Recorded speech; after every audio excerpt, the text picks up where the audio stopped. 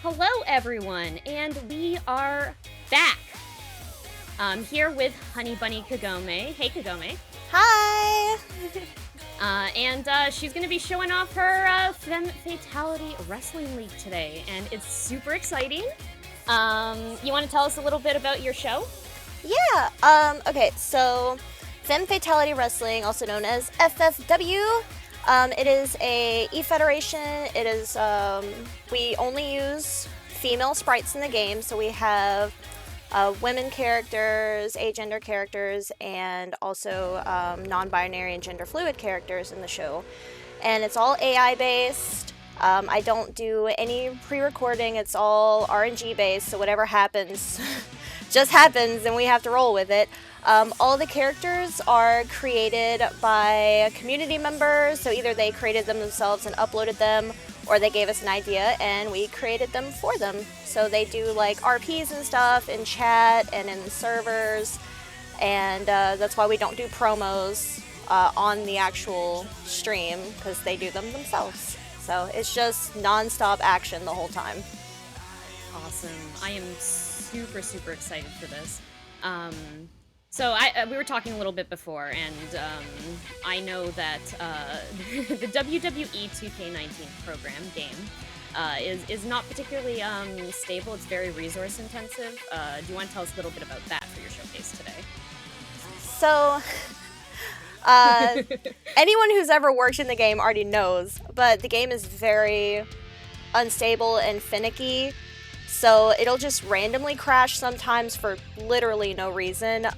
There might be some cases where if there's massive amounts of hair physics, the game might slow down, so it looks like the characters are in slow motion the whole time.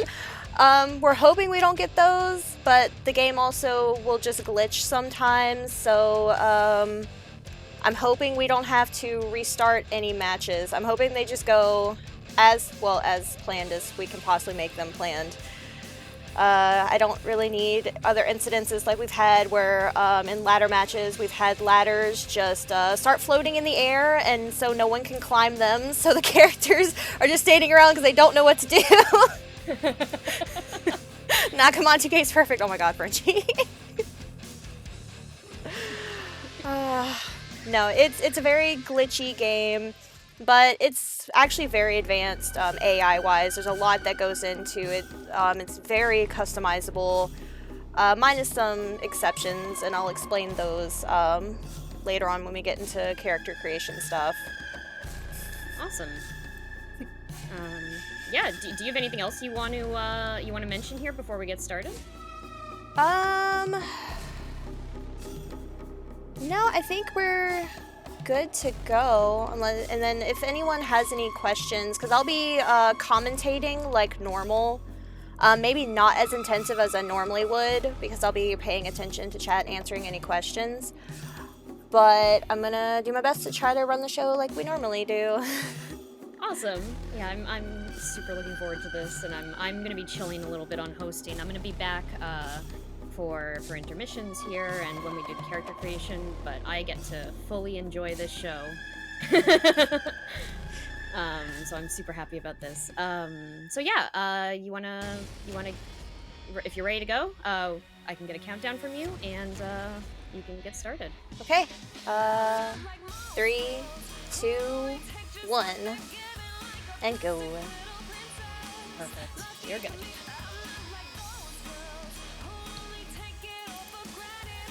Okay. So today I will be doing the show in universe mode, which is what I normally use. This allows you to set up your matches in advance, so you don't have to constantly be creating the matches as you go. Universe mode also causes some weird things to happen sometimes.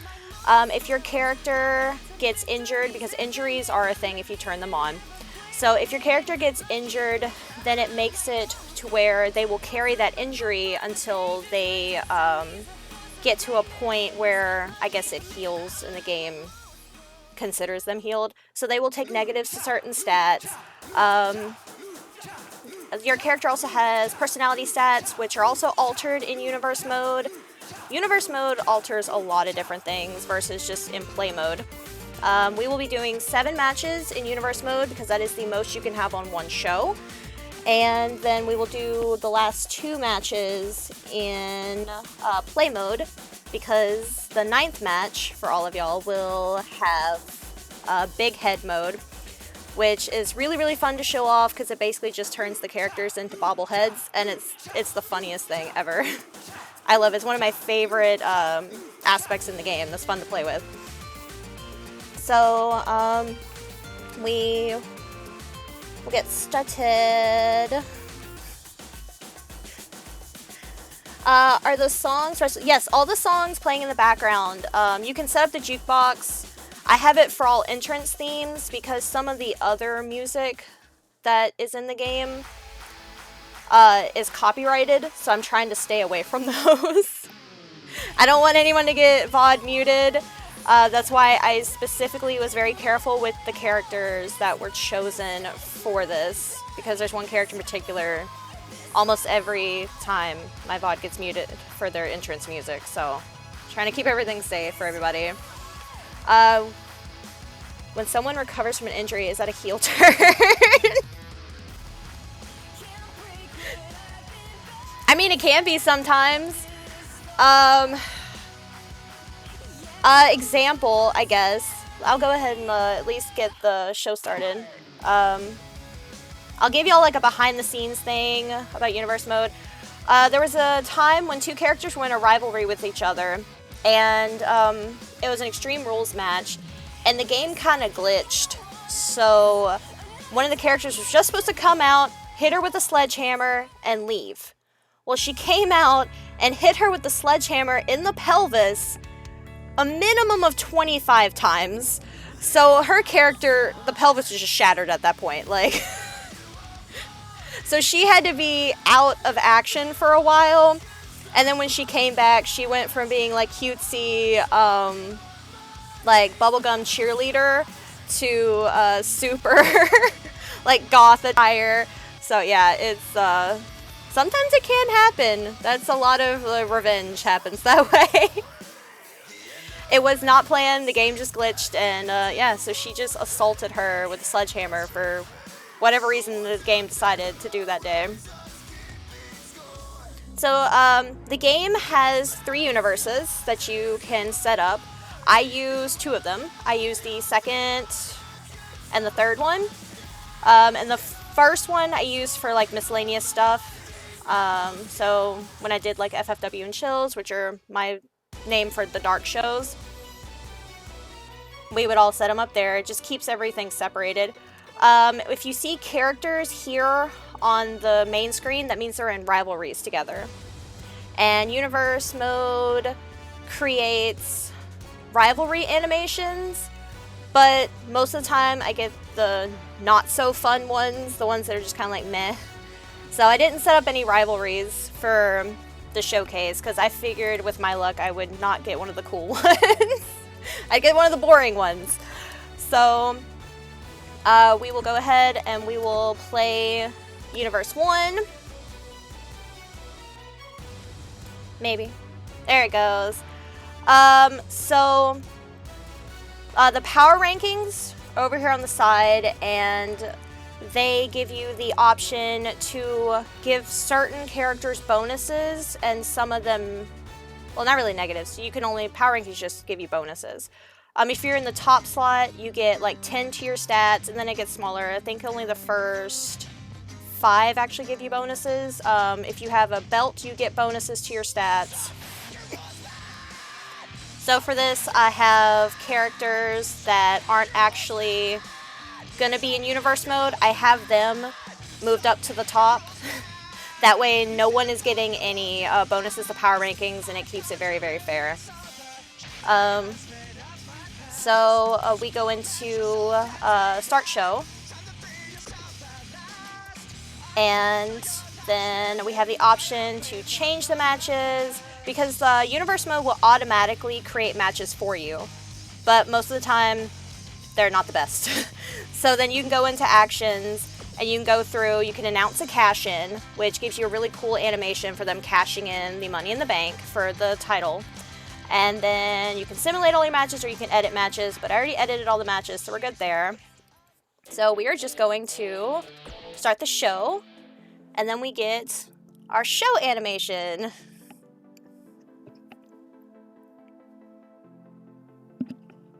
And then our show music, which is such chill music.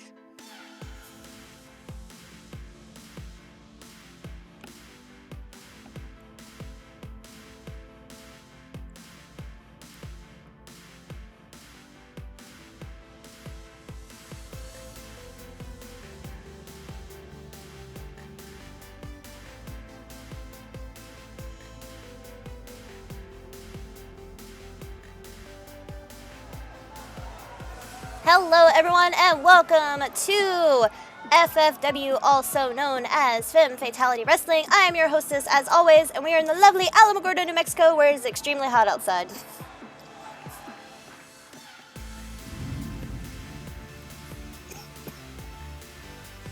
So normally in my show I would have a card up because I try to keep most of my matches secret. But for this one I'm showing y'all like behind the scenes stuff. So there's our matches, there's moreover. And then you just go in, you can simulate, you can change momentum. Momentum is how quickly they will stack up, I guess, energy to do signatures and finishing maneuvers. Also, hello, welcome in. Welcome, welcome. So we will start, our first match is a triple threat elimination match.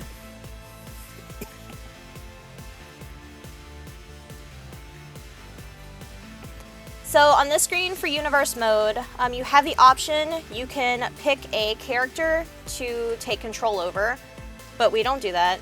So you drop down here and it gives you the option to make it an AI match.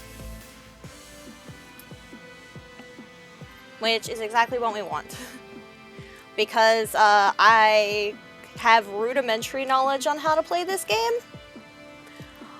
But I suck at it. I'm really bad at it. I'm not even gonna pretend like I'm good at it. I'm really bad at it. Alright, so we have our triple threat elimination match. The reason we do elimination matches and we don't do first pinfall, elimination matches at least gets people out of the ring, so there's not as much of a chance of a pin being broken up. Because if you don't have it as elimination, sometimes those matches can last forever. Because if people can constantly break up pinfalls, you're gonna be sitting there for a really long time. Alright, and now we can accept and we can start the match. And this is our lovely arena with our very minimal people in the front and the ones in the back who got the season pass to be by themselves and separated because, you know, COVID. So coming out to the ring first in this triple threat elimination match, she is Demi Fox. Yes, our fates lie in the hands of RNG.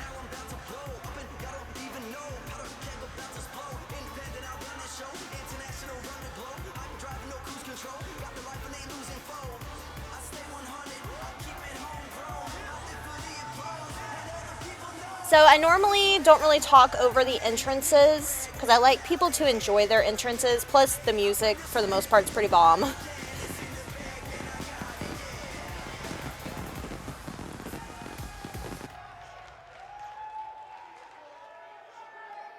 yeah, anytime, if y'all have any questions, feel free to ask them.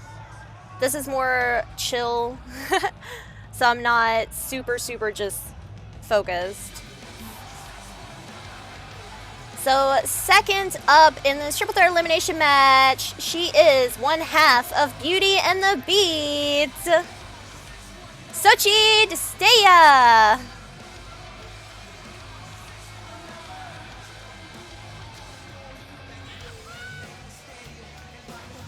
Oh, and also, I guess with Demi, Demi is one half of Vicious and Delicious.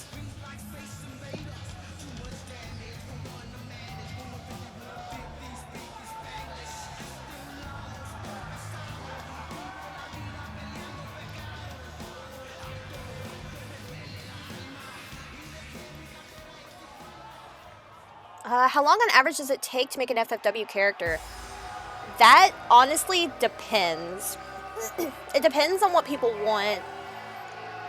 So coming out third, we have Zara Tehran, who is a previous Luminous Nova champion. I'm trying to think. So I've made one character completely from scratch. Like, I did face sculpting, which I'll explain and show later. It took me about 2 hours to create the face. And then attire and stuff probably took me a couple of hours because I'm very indecisive and I'm very, I'm a perfectionist with certain things. That's why certain things take so long. And then movesets can be really difficult. It depends on what you want your character to do, because there's hundreds and hundreds of moves to sift through and figure out what you want. So it can take a long time, but if someone just wants something really simplistic, it'll still take a few hours, but it's not too bad. Oh my god, y'all, we got the good ref! Yes! Hopefully he stays the good ref.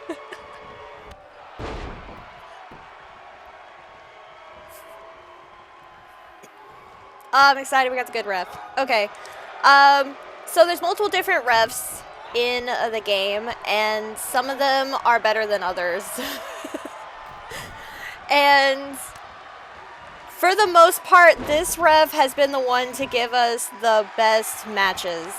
So the other ones tend to get in the way. Like I said, with game glitching, sometimes the ref will get stuck running in circles around the characters, and he'll just continue doing it until a character drop kicks him in the face.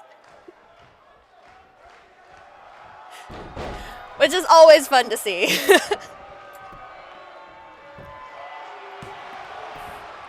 While they're getting after it, though, they are definitely trying to get those pinfalls early.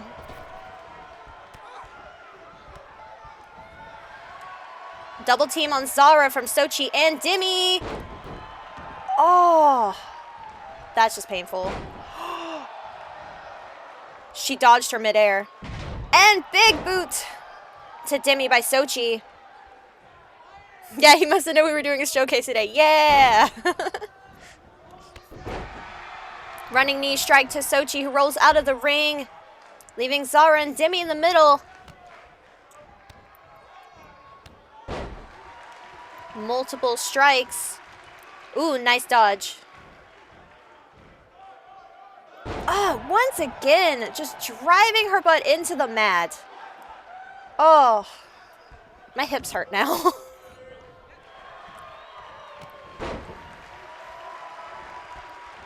Everyone bringing their A game. Zara off the ropes. And a backstabber to Demi, going for a cover. And a kick out at 1.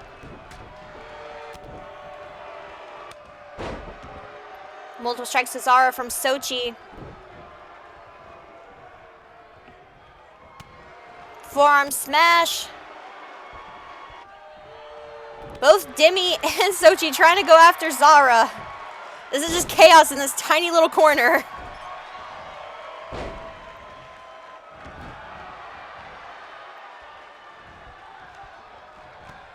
And clothesline to Demi.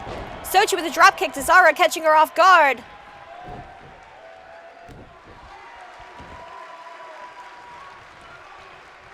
Over the top rope.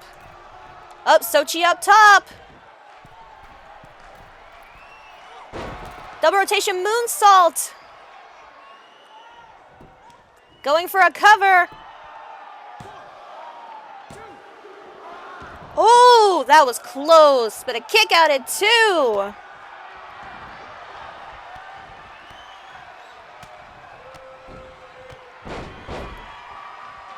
More strikes to Demi.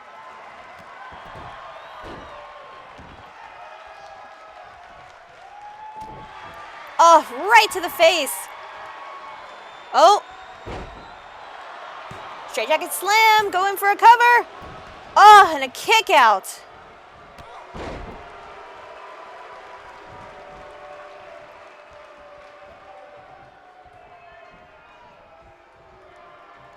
And power slam.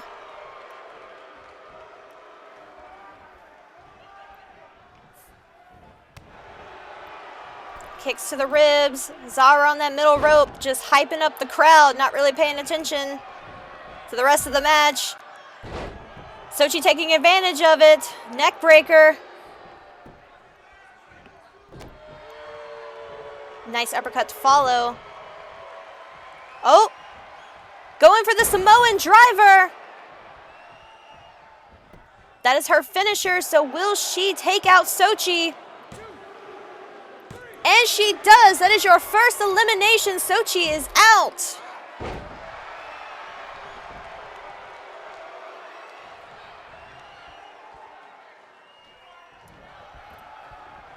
Off the ropes. Diving down into Demi. Going a second time. Followed by a powerbomb.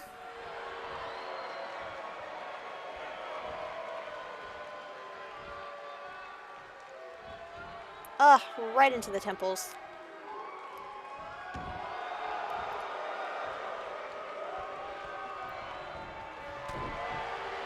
Punches to the ribs. Going for the double axe handle, but misses.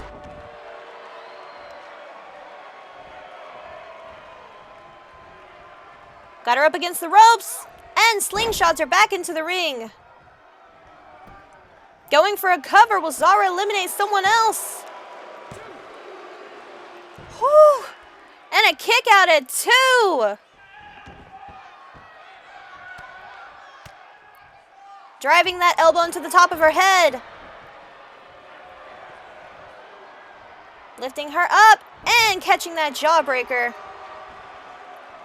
Head scissors takedown on Zara. Demi going for the cover. And a kick out at 2.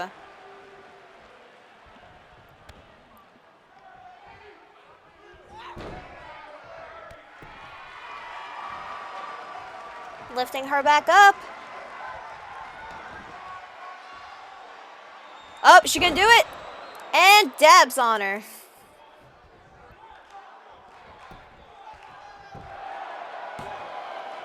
Two.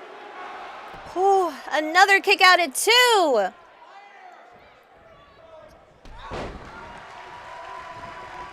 Drop kick to Zara.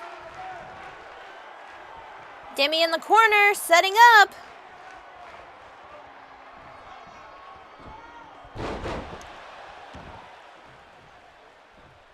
Oh, that had to hurt. That might be it for Zara. And it is, so your winner is Demi Fox.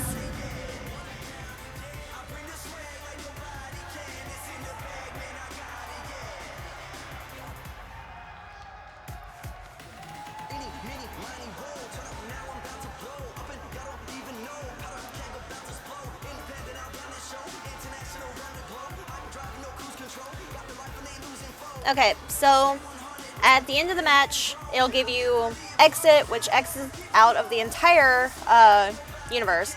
You can rematch, which we only ever do that if it just glitches really bad. Other than that, we don't rematch. You can go to next match, or you can next match, or the highlight reel, but we don't do highlights either, so we just go next. Yes, what an opener! Yes. Putting on a show. So next up, we're going to do a backstage brawl, which can sometimes give you some really, really cool animations. There's 2 different types of backstage brawls, and I'm going to do both of them. So this will be the first type. And The second type is really, really creepy.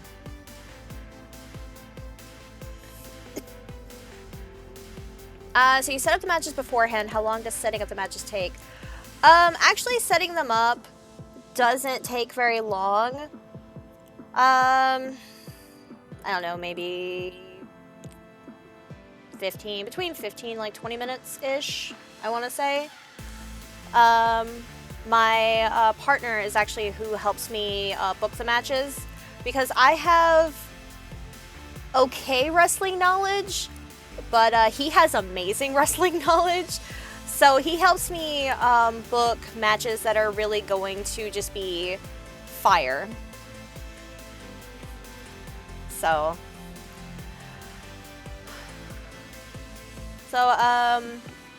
it takes a while to come up with the booking, but actually creating the matches in-game not very long, I guess is the better way to put that.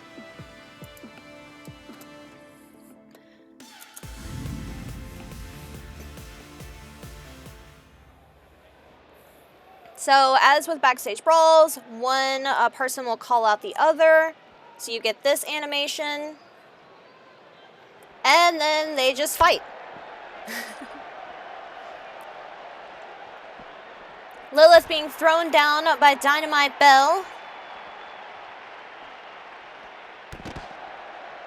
Stomping on her spine, lifting her up. Ooh. Butterfly DDT.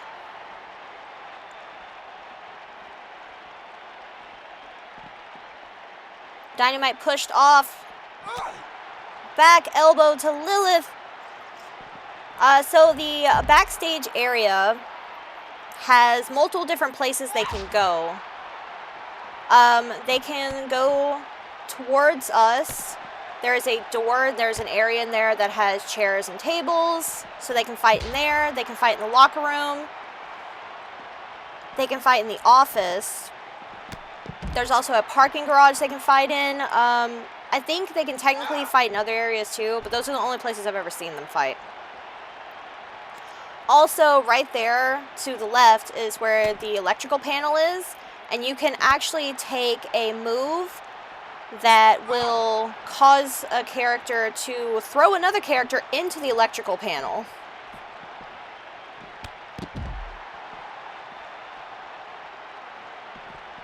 Yes, and there's always an interview happening in the background for some reason.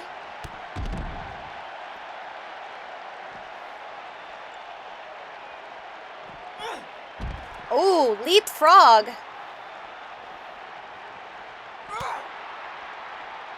Another elbow to Dynamite. Oh, are we going to get the animation? Are we going to get it? Yes! Oh, we got a different one this time. Okay, so this is the office, and sometimes you can get the animation where Triple H will come out. That's one of the animations. So this is the second one. I've actually never seen that happen in the game before, the second one. So, yeah.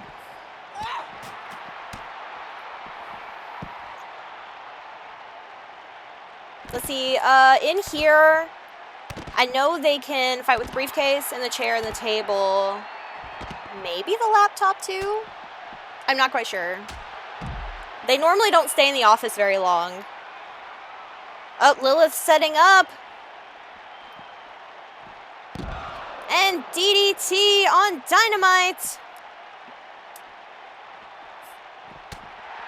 Forearm smash. Back elbow to Lilith. Going up. Facebuster.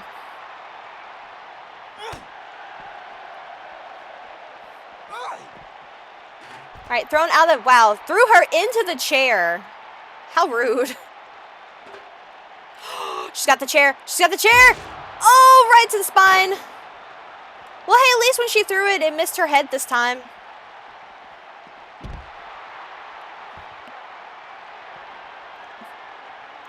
Dynamite going for that standing moonsault. Oh. Oh, I guess that was enough to take out Lilith, so your winner is Dynamite Belle. Ow. So, once they reach a certain point backstage, that's usually when the interviewer and the interviewee, the wrestler is being interviewed, they'll run off. But I guess they didn't get far enough over there, so they were just like, oh, okay. If you go to the left out there, that's where the parking garage is. They can do car finishers, they can jump on top of cars and fall down on people. Security almost always runs away. Because security is just... yeah. They're cowards. Security is a bunch of cowards. Like, you're supposed to protect us. Nah. Y'all got this. You don't need my help.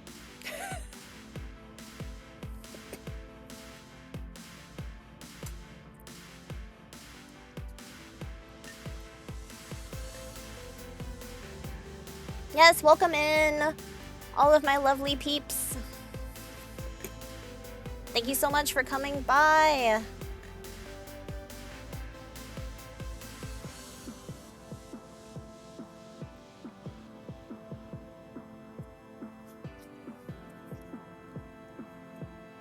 So next up we have, it's technically called an Iron Man match, but it's an Iron Woman match for our purposes. So basically, it is set. They will fight for 15 minutes, and it just goes until someone wins or time's up.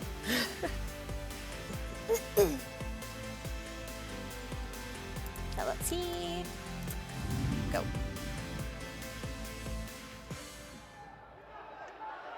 Yes, so the way I do dark shows is they don't count towards people's win-loss records, because I actually keep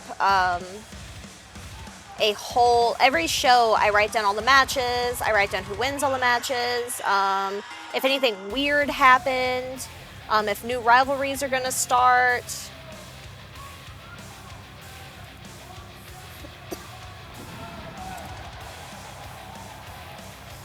So people can still RP them. Basically, they're done like house shows, which were the shows that aren't televised, but people still could see them in an arena.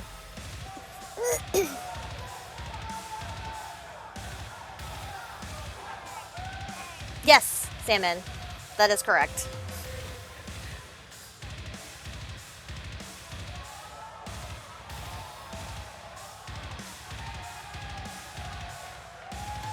My brain had a moment, but yes. Salmon corrected me because my brain had a moment. I don't do Iron Woman matches very often, but yes, it is how many falls, whoever gets the most within the time limit. Which for our case is 15.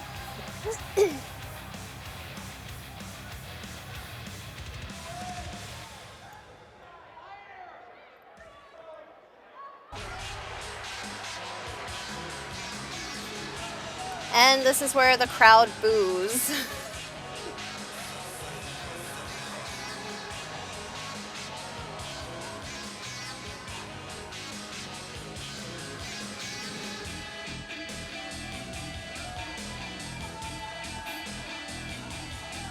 So this match is an Iron Woman match between Nurse Spike, FFW's lovely zombie nurse that fixes up everybody with some voodoo magic.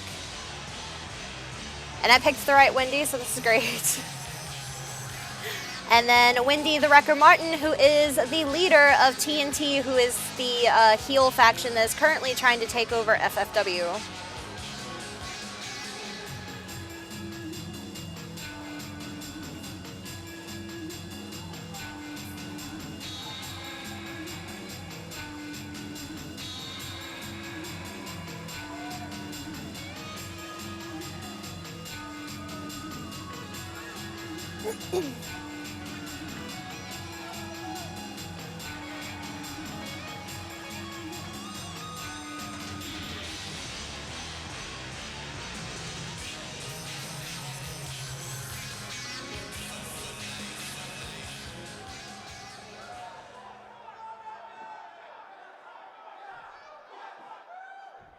Alrighty, y'all, let's go. So now the timer has started. TNT is for True Natural Talents. They are a faction created by Wendy the Wrecker Martin, who has won Heel of the Year 2 years in a row. We do an awards ceremony, and we have multiple different categories. We call them the Glammies, which is a play on the word because the actual ones were called the Slammies. So ours are the Glammies because we're glamorous. Because the title belt is called the Glamazon belt.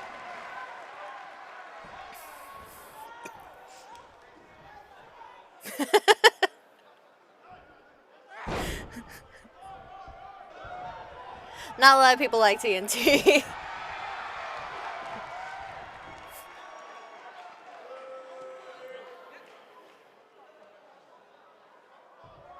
Got her in the neck crank.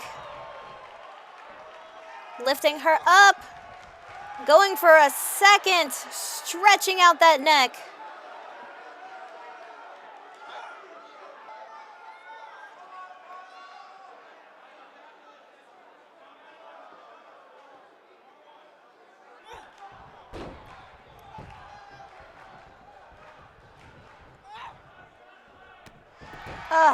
Nurse spike kicked off.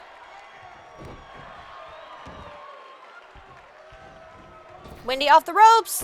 Oh, diving headbutt.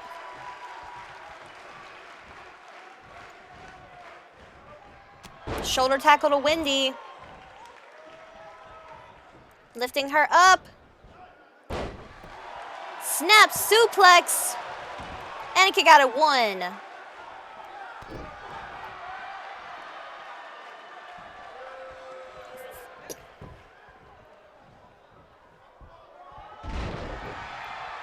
Another suplex. One thing you will always see with Spike is a lot of suplexes. And swan dive onto Wendy.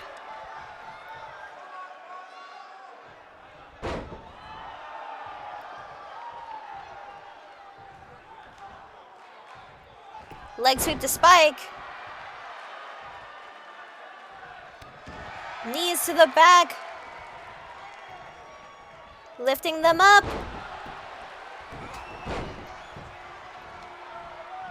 Multiple punches. And chin buster to follow. Has Wendy been the biggest heel in FFW? I want to say yes. Because we have other heels like Strakenzie when she had a heel turn, Carly Beth Drown. Both of these characters in TNT. They had a lot of heat on them for a while. But I think Wendy has definitely taken the cake as far as biggest heels in FFW. Like, she's just universally hated, and people love to hate her.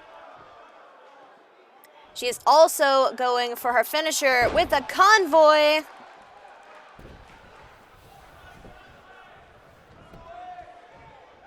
Yes, that is true. Biggest player character heel. There's also been other NPC heels.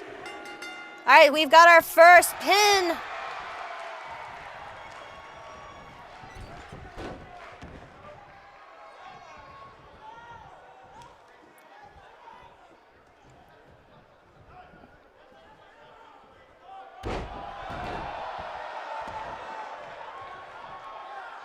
Yeah, Tiger Mom was a pretty intense heel as well.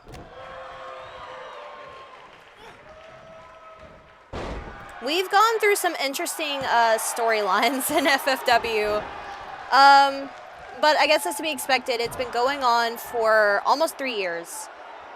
Next month should make 3 years. I don't remember the exact date. But, yeah.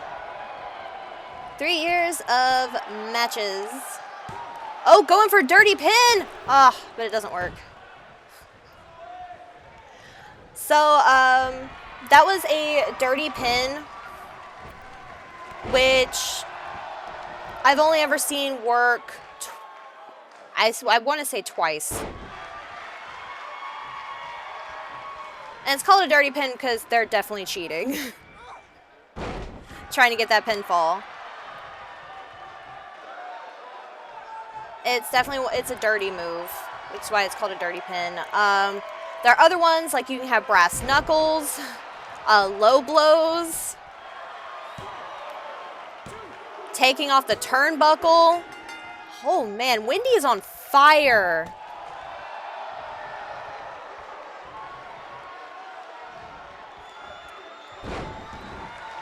DDT to Spike. Oh my god, Wendy's setting up again. Going for another convoy. And it connects. Going for a cover.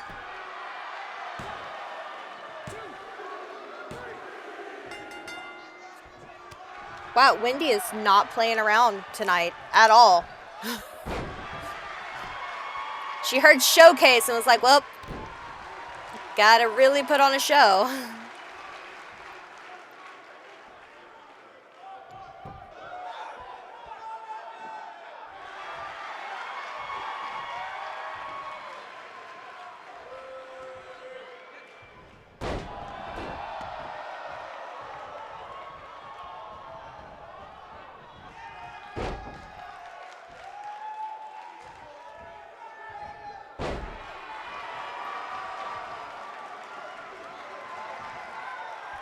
Spike spewing out blood all over the arena.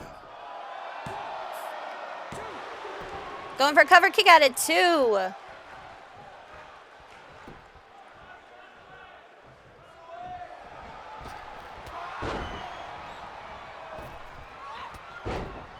Yes, what David Boy said is correct. The dirty pin is illegal in the rules of pro wrestling, and it works by resting your legs on the ropes, as we saw. So you can put more of your weight on the opponent, but yeah, in the game it basically never works. It's very, very rare. Spike just hit Wendy with a hex. Going for a cover. Will they get the first pin? They do, they got their first pin. That's Wendy 3, Spike 1. Spike still has the option to get 2 more and at least tie. Going for that dead and buried. Oh. Oh, but a kick out at 2.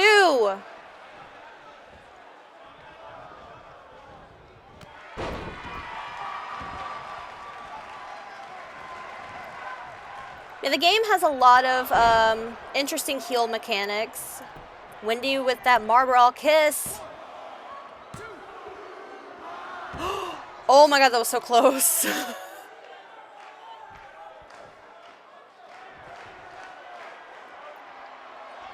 Wendy setting up again. Going for another convoy? No! Spike reverses it into a DDT!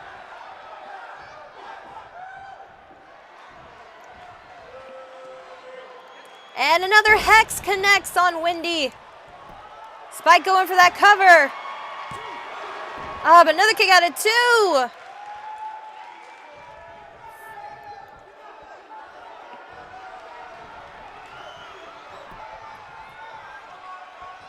Spike setting up, going for another dead and buried. And it connects. Will they get the second pin? No, she kicks out again.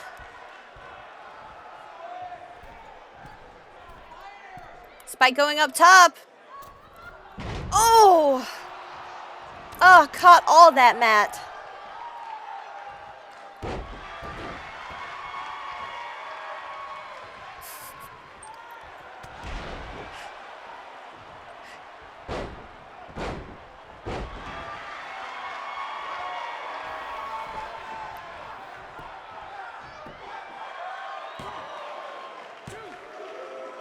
Damn. Wendy has picked up yet another pin.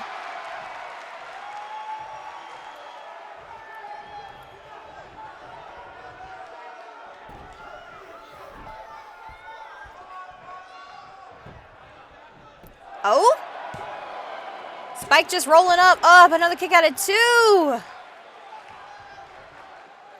We are now hitting the 5-minute mark. Can Spike get 3 more pins in 5 minutes? And at least tie?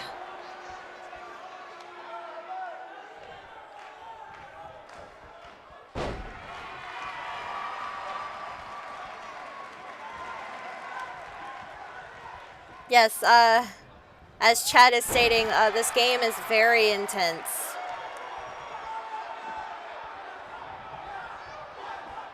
Causes lagging issues, like I was stating at the beginning. Random crashes, random glitches. Some of the glitches are cool, a lot of them are not. It's just like, well, gotta start this all over again.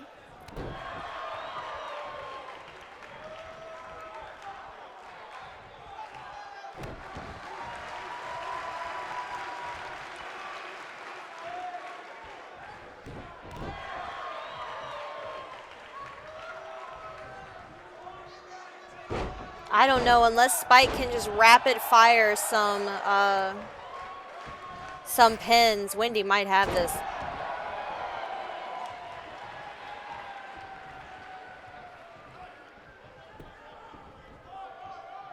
Lifting up that leg. Driving that knee into the mat.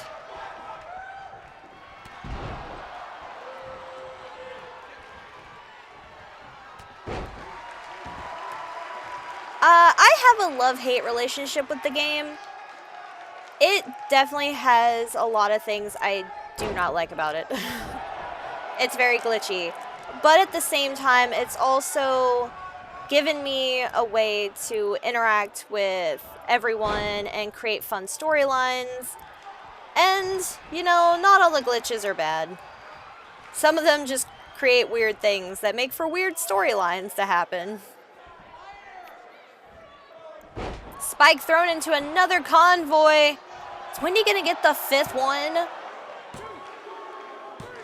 And she does!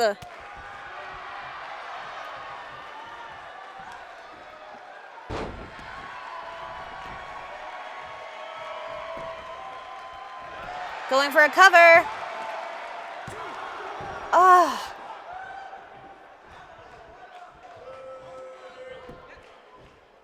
Wendy is just not staying down today. At all.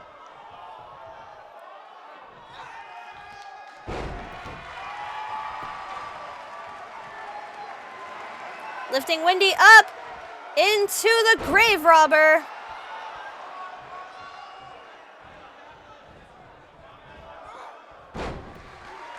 And Spike with the magic dress. So this one specific skirt that is worn by Nurse Spike and worn by Kath Gina, it just glitches sometimes. And sometimes the glitches actually work in the wrestler's favor. So we just call them the magic dress.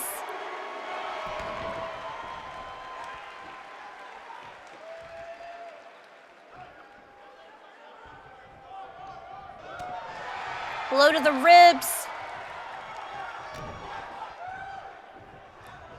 And neckbreaker to Spike.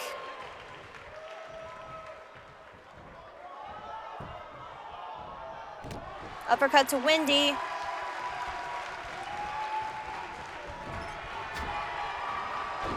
Throwing Wendy down off the ropes. Nice running drop kick.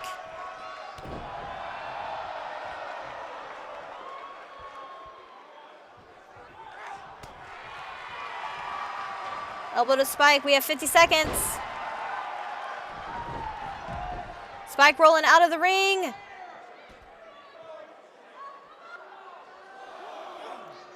Ref counting down. Standing moonsault on Wendy outside of the ring.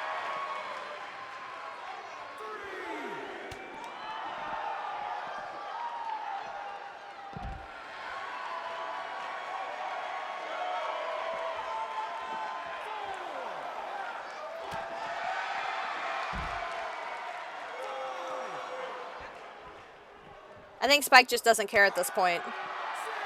10 seconds. Back in. And then just decides to leave. This is a great way to end this match.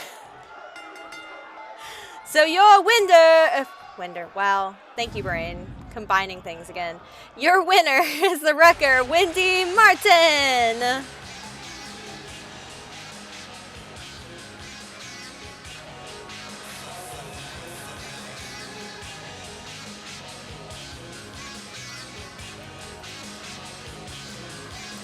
Five to 1.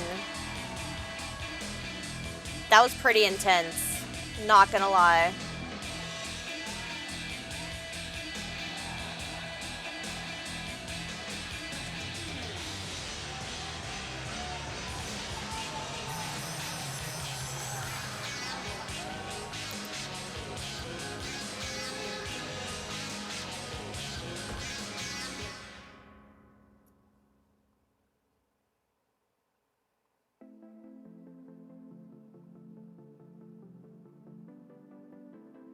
So next up we have a triple threat tables match. Which, this match ends when someone is thrown through a table. And whoever throws them in the table and breaks the table, they win the match.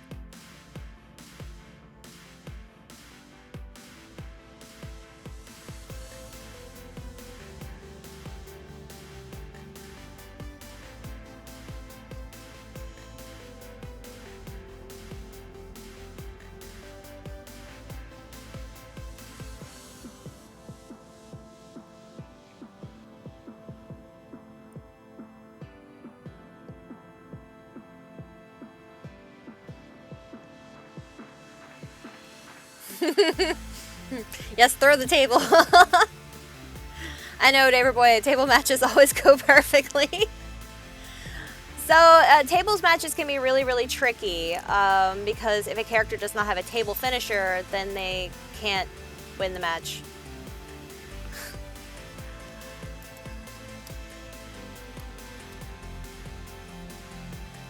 And sometimes characters get stuck in a loop, so we're gonna hope that that does not happen.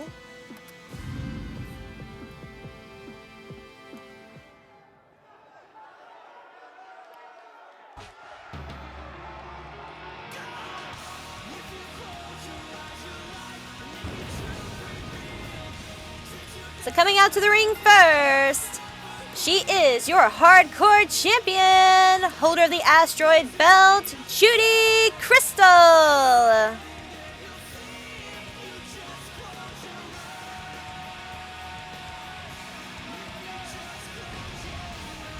She currently doesn't have her belt on her because this is the universe I don't normally use.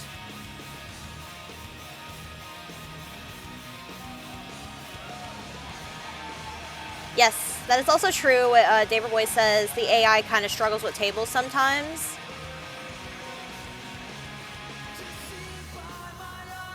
That's what I was saying. They'll get stuck in a loop where they'll prop a table up in the corner and they'll just keep throwing them into the table without breaking it and just steadily just keep throwing them into the table, not really doing anything. Coming out to the ring second, she is the other half of Vicious and Delicious, Schmucket.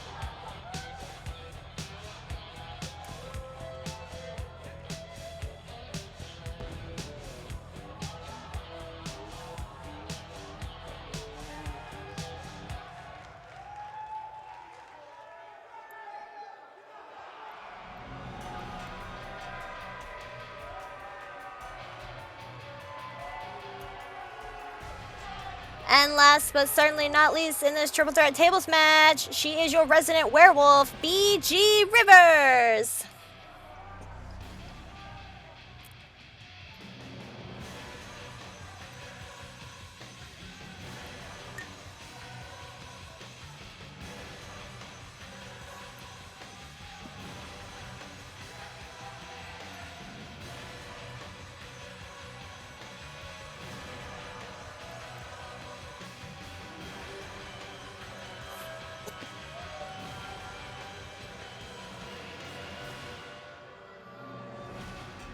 So, BG is one of those characters that has a very drastic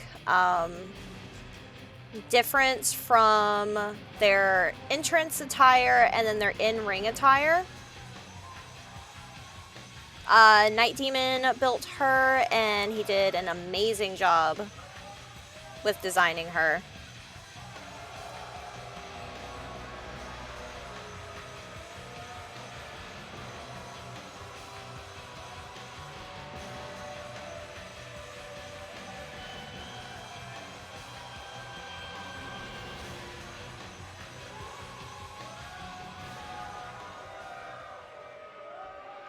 And then you'll see what she looks like in the ring, and it's drastically different, because now she's in werewolf form.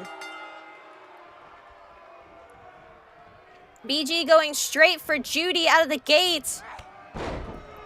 Schmuckhead leaving, going for a table.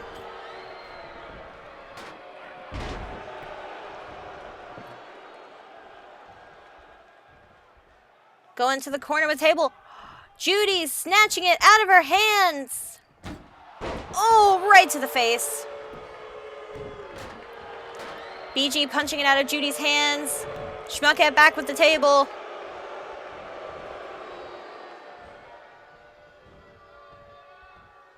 Staying up in the corner. BG catching that slingshot.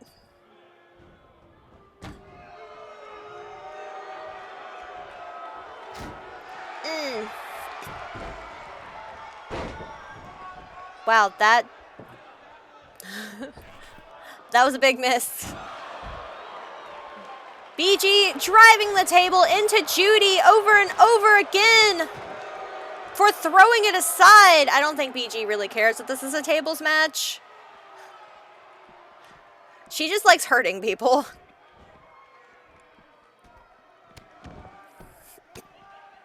Dragging her over to the stairs.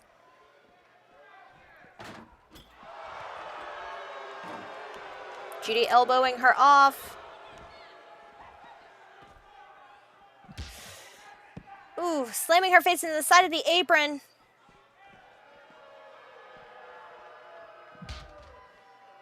Driving her into the barricade. Ooh. Right into the stairs. Right with those ribs. Oh. Welp. I mean, that wouldn't be the first time Judy's head, bones shattered, but still. So there is an option where, characters can fight in the audience. My arena isn't designed, to do that.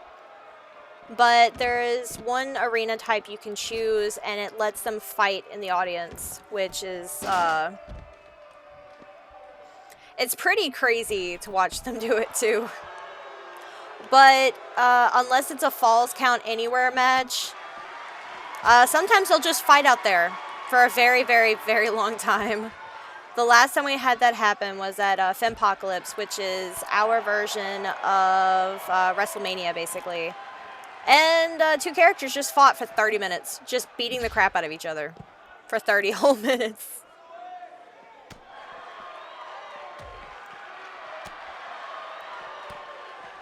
Forearm smashes the schmuckette by Judy. What is with y'all on stairs today? Judy thrown into schmuckette.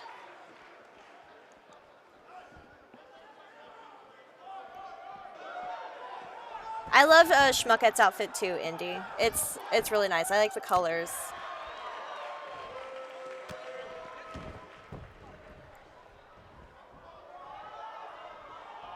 Got Judy propped up on the table. Ooh, but pushed off.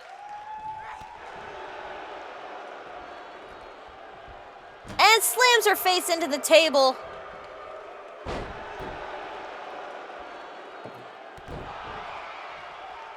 Schmuckette with another table, knocking down the one that was already set up.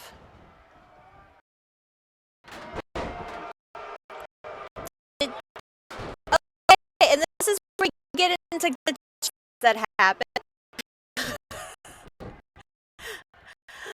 So, Schmuckette just got hit in the face with her own table.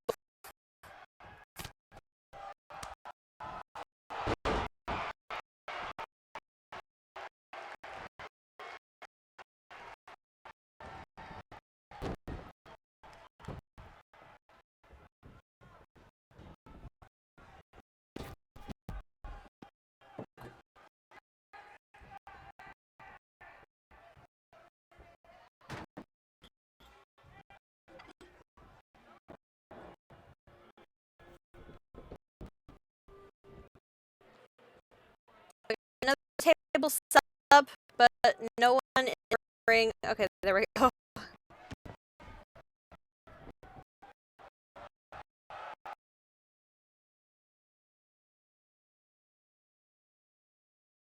Let me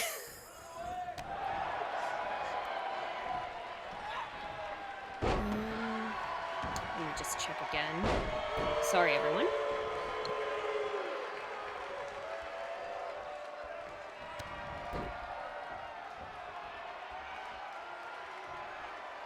Okay, it seems like we are good. There must have just been a quick sync disconnect or something there, but we're all good. You're good. Yay! Okay. I'm gonna disappear again. Thank you. No problem.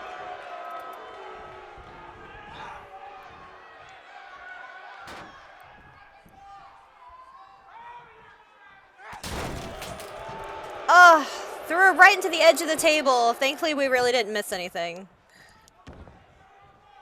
Just them struggling with these tables some more.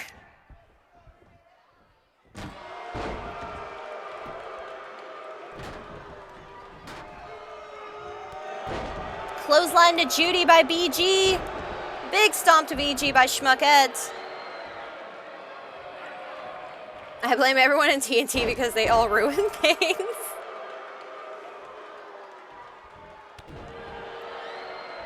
To be fair, TNT characters have caused the game to glitch and crash. So yes, it's all TNT's fault.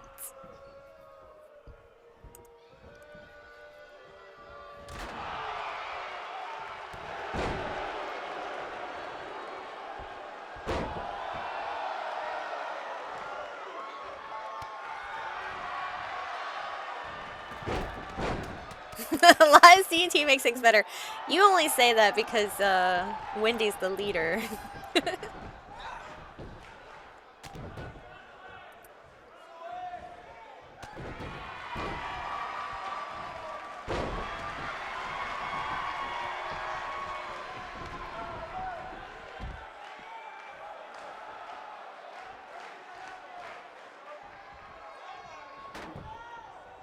Well, we lost another table.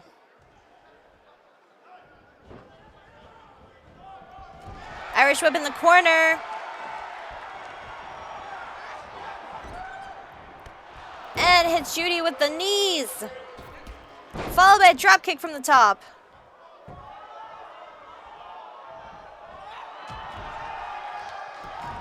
The forearm smash to Judy.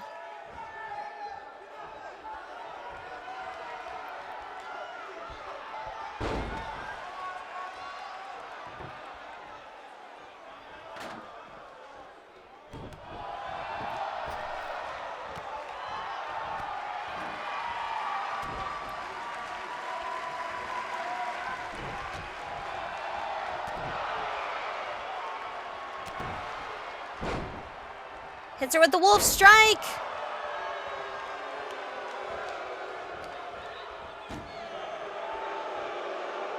Oh. This might be it. Oh! DDT into the table. So your winner is BG Rivers.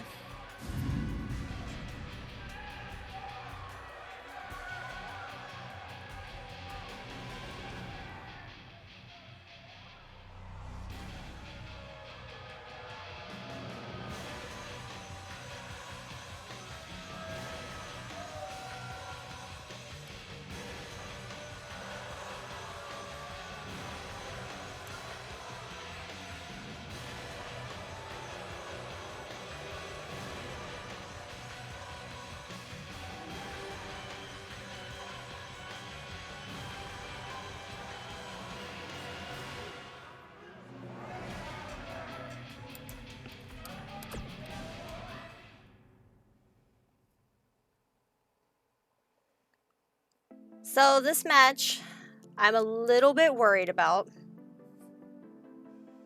It is a battle royal, so it's an over-the-top rope match. I'm worried because of hair physics and the way this game likes to be glitchy with hair physics. So hopefully it goes through well. We haven't had too many issues with it, but just in case. Just a fair warning in advance. If the match gets too laggy, then I'll just switch to the next one. And then we can pick another type of match to show off. Yeah, we'll get to show off some glitches.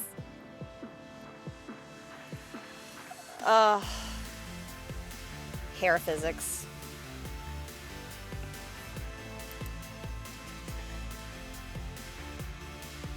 Oh, Paige, you said the magic word. You said ladder.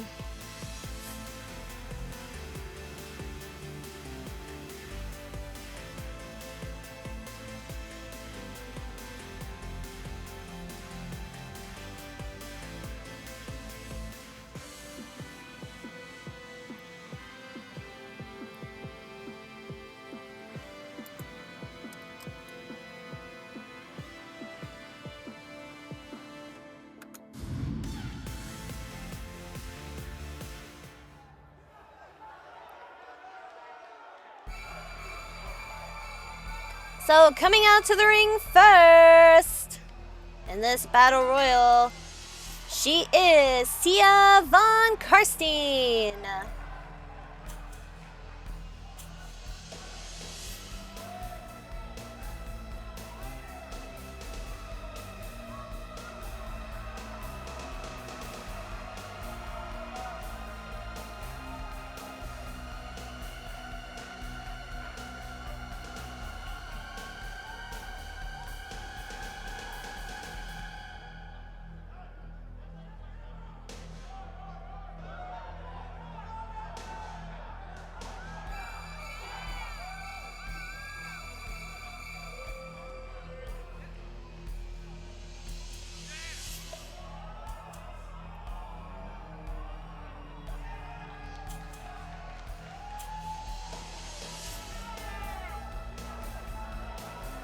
Also, Sia's character is the best example of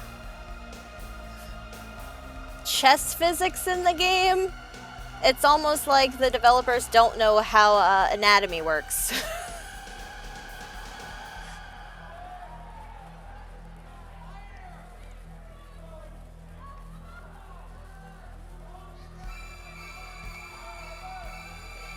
Just one of the many things about the game.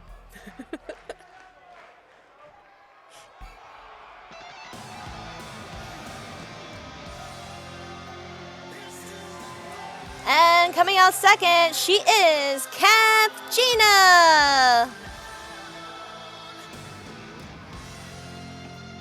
I love Kathjina's theme music. It's one of my favorites in the game. It's so good.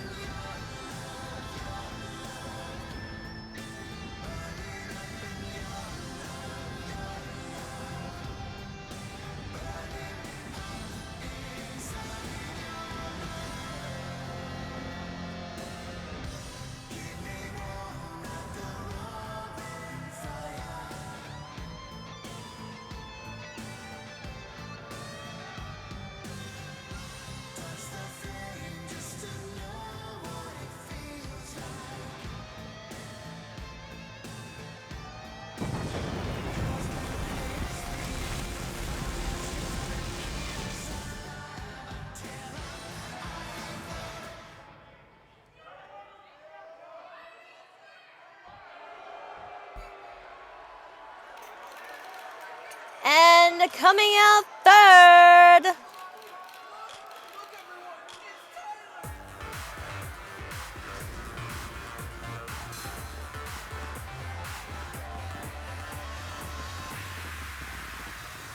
Is it my eyes when you look at me?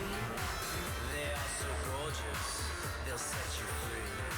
Could it be my walk or just She is the K-pop idol, Jessica Lee.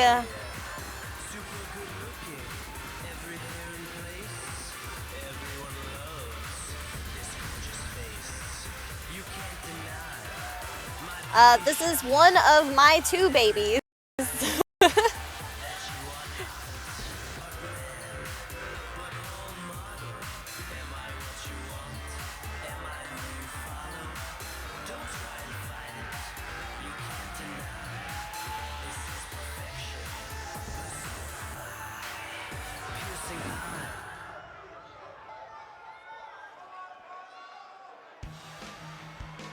And last but certainly not least,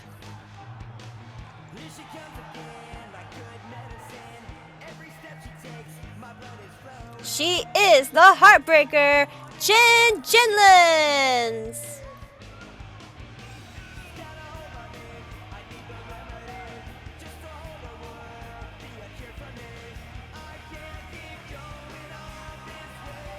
Oh, yes, as Paige said, Jessica is the other half of Beauty and the Beast. Alrighty, Frenchie, thank you so much!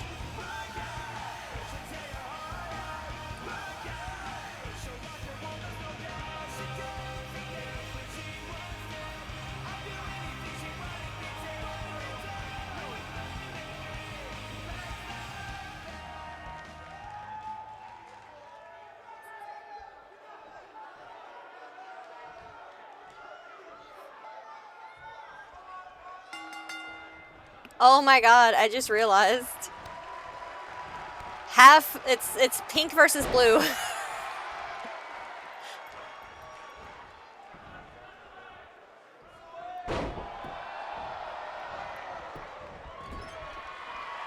Yep, I was worried. I can already see that it's lagging. Yeah, it's lagging so bad. So yeah, hair physics likes to break the game.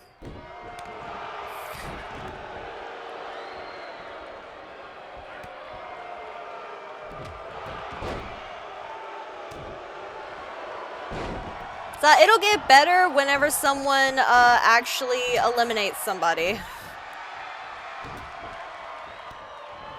Yeah, there's a lot of hair physics, so I was a little bit worried.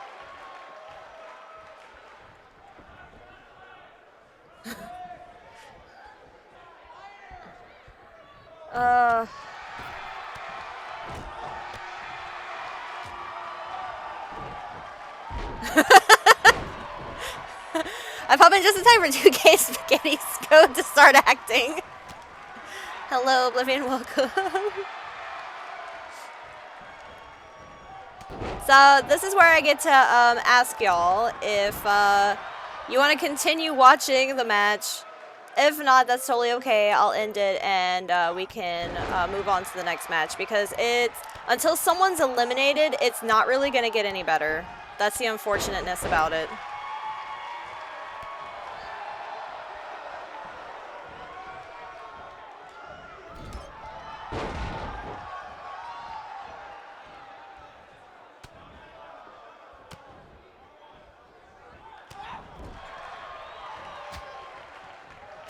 It's so hard for me to call too, because I'm also looking at what it looks like for y'all, and it's pretty just glitchy.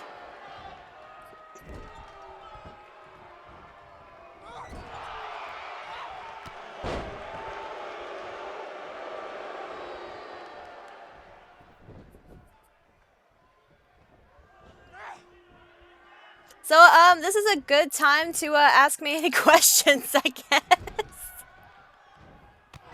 Until someone gets eliminated. There's too much fabulous in one ring, it can't handle it.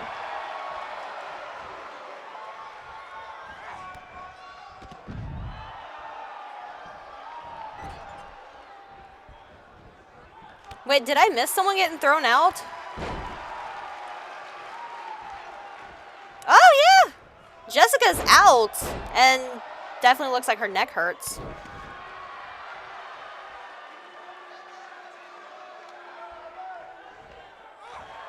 Well, until Jessica actually leaves, her physics are still there.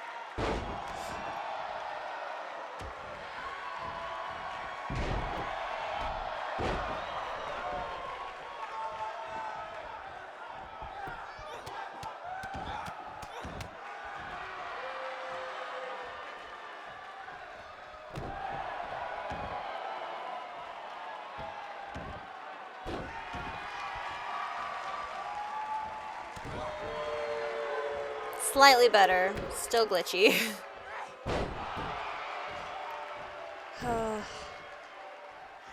2K can't handle its own code. No, it can't.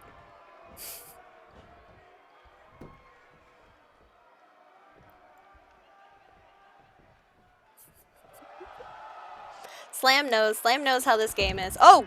Holy crap. Okay. Well, Sia just got thrown out. Very intensely thrown out.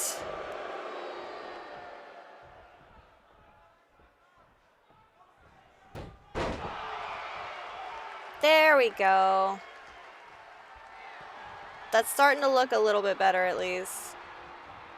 Maybe the game just hates this match, because normally by now, it would have fixed itself.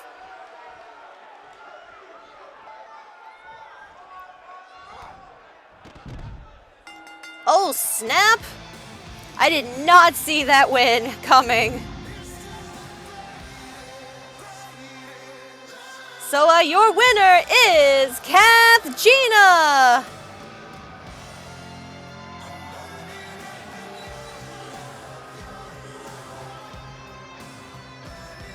See, now the game's fun.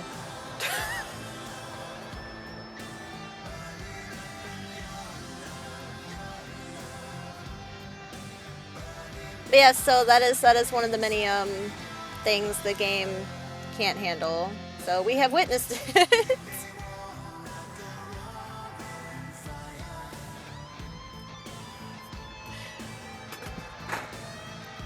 Uh-oh. No!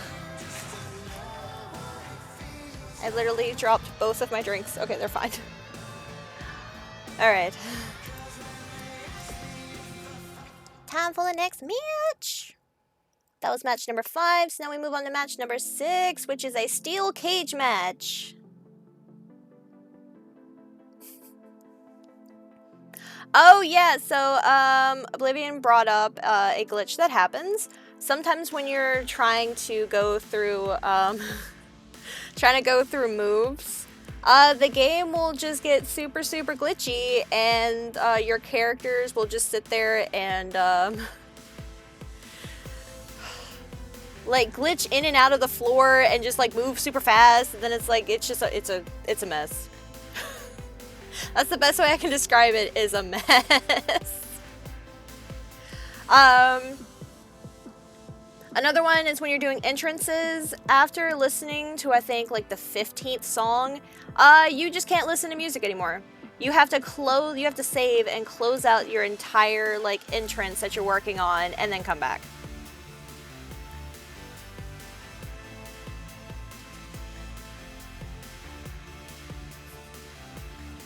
So next up we have a steel cage match, and we have 2 different types of steel cages in FFW. This one is one where they actually can climb out, so either you get a pinfall or you climb out.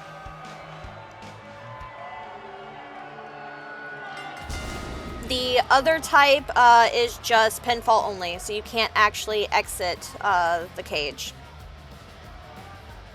So coming out to the ring first, at 1,000 miles a minute, she is Sasquatch Talon!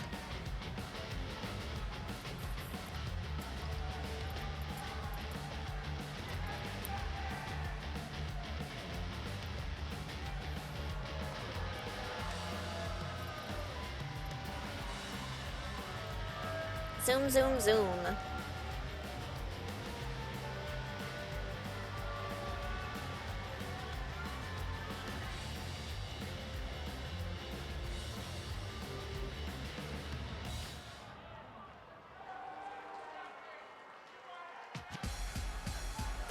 And her opponent. Known for stealing ladders, she is Peng Chi.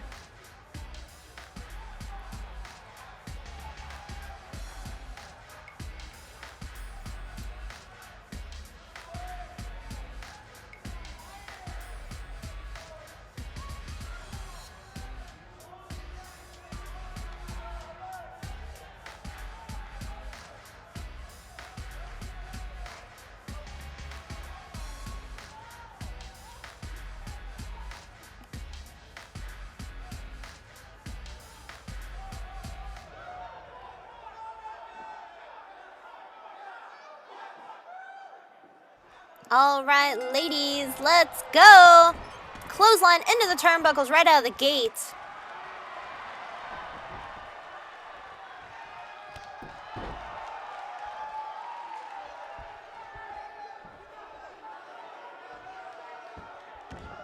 And slamming her face into the mat.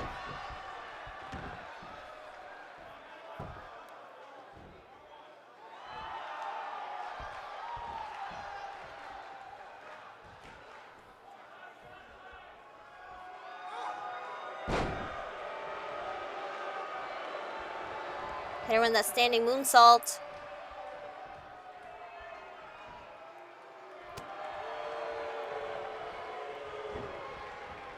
Irish whip in the corner, and a spear into the turnbuckles. And just yeets Peng Chi over her shoulder, off the ropes. Stomp but nobody home. Off the ropes second, and drop kick to the back. Crawling on top of Peng Chi. Grabbing her by the head, multiple headbutts connecting.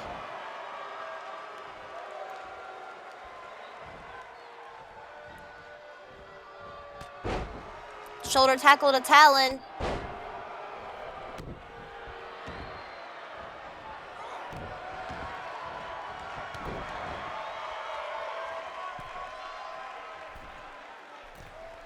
Peng Chi making her climb.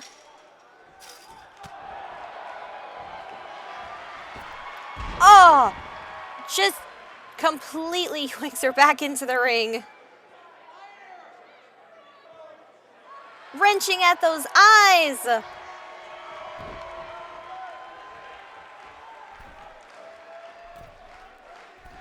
Talon up top.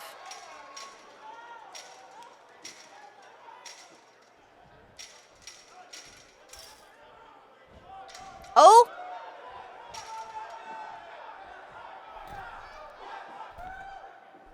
Trying to go over the side and climb out. Peng Chi got her by the leg.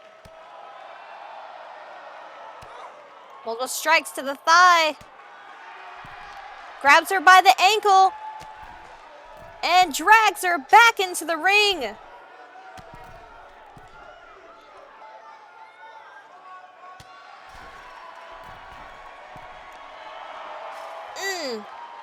Slams her face into the fencing.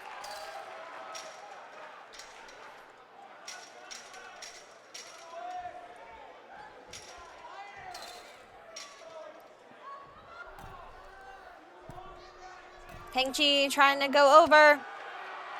Punched in the knee by Talon.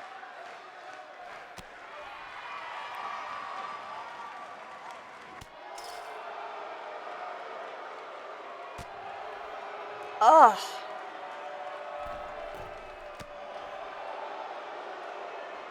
Just steadily punching her down the top. Grabbing her by the leg, pulling her back in.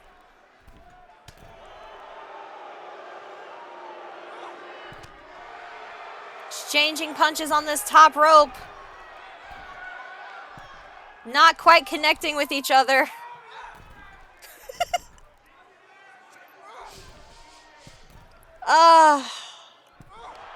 There we go.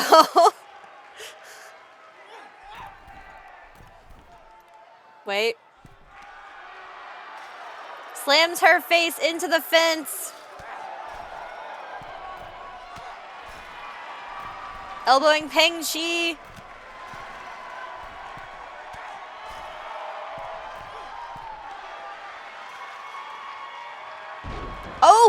knocked her back into the ring.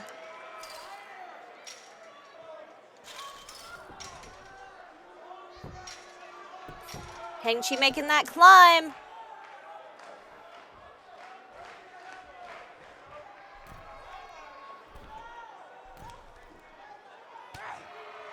So, in a lot of the cases, the AI is actually pretty advanced, but sometimes it gets confused.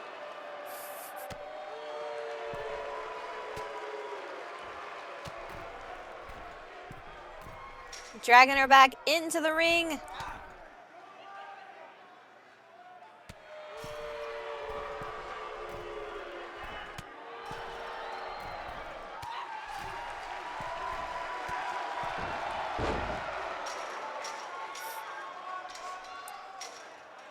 Yeah, it might be the size difference. I know that happens with some moves, they just don't connect if characters are too far off in size.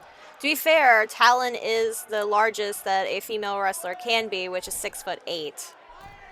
And Peng-Chi is pretty short. I know she's 5 foot something. Maybe 2? So I think that's the smallest you can make a character. Yes, the AI is always slightly distressed. Indeed.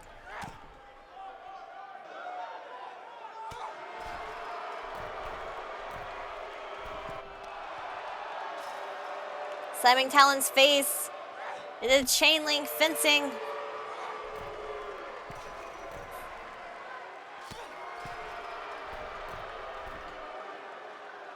Oh! Peng-Chi elbowed off! Back into the ring!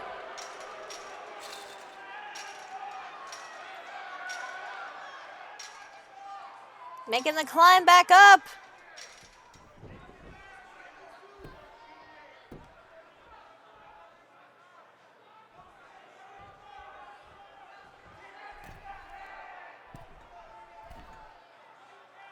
Oh, nope. Talon's got it.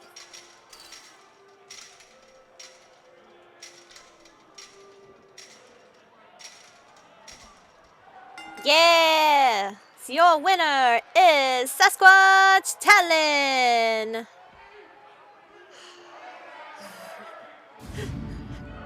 Yeah, unfortunately, no 6'9". It's sad.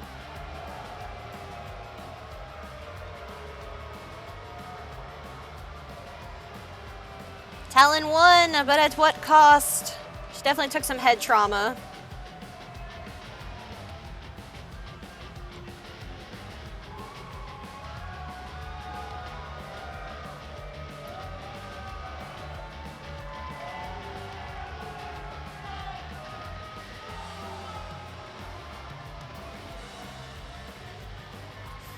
Alright, next up, it is our main event.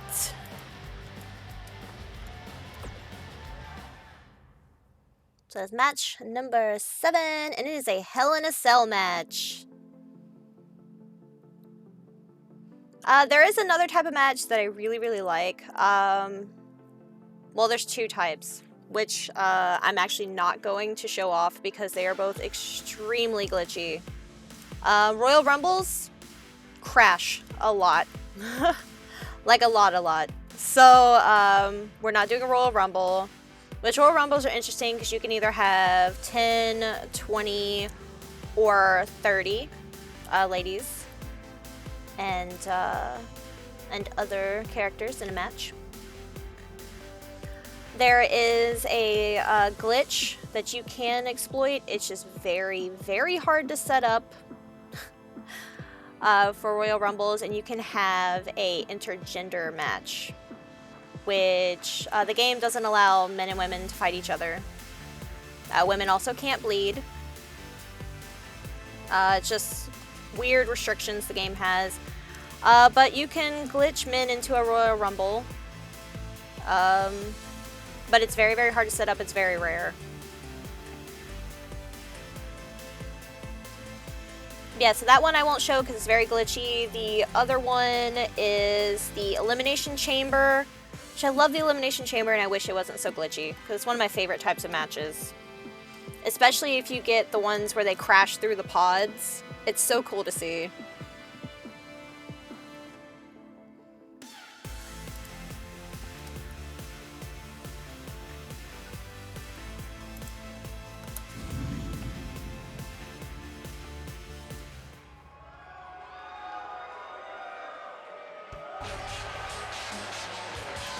So coming out to the ring first, she is a member of TNT, the Valkyrie, Brunhilde.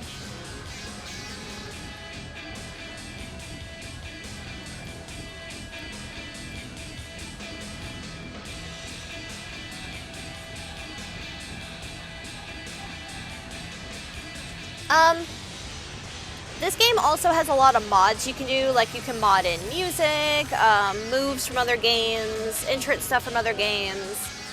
I don't do any modding on mine because the game's already unstable enough as is. I don't want to make it worse. Oh yeah, I love the coats. I believe that is Asuka's coat.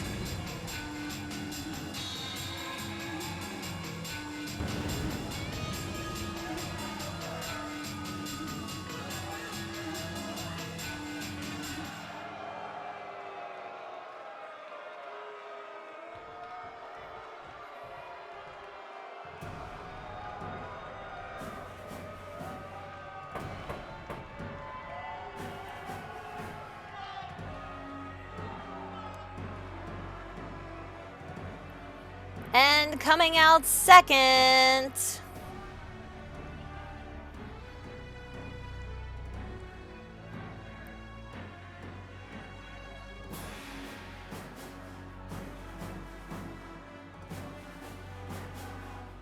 she is the Amazon warrior, Shahemeth.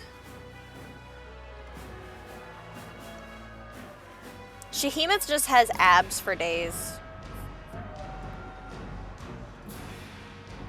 Very, very strong and badass.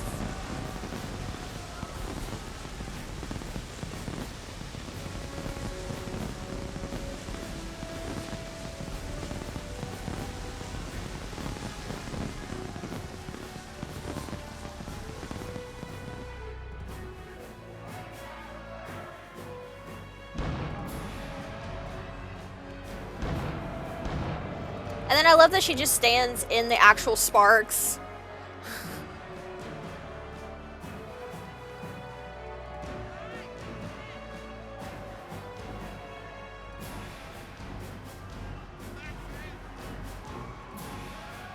Oh yeah, and then for some reason every time Shahemeth comes out, Shahemeth has an audience member that is definitely a big fan. And just yells, "That's it!" every time she comes out to the ring. The crowd will yell out some interesting things. Bite her is the #1 thing that they like to yell out for some reason.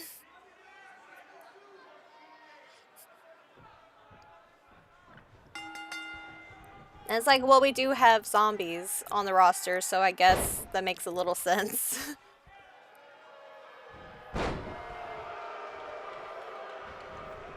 But alright, ladies, let's go! So the Hell in a Cell can also give you some really cool animations. I haven't gotten too many. We've gotten a cage dive before. That was cool. But I think, I don't know if ladies can, but I think there's an animation where you can break through the cage.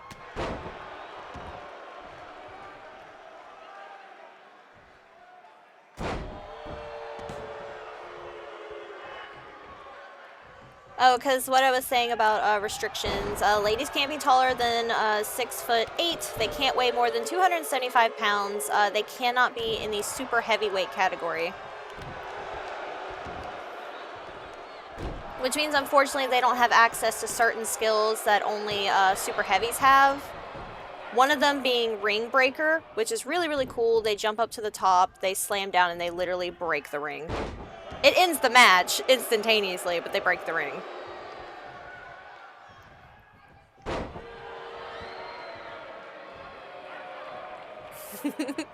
"2K fears the unstoppable woman."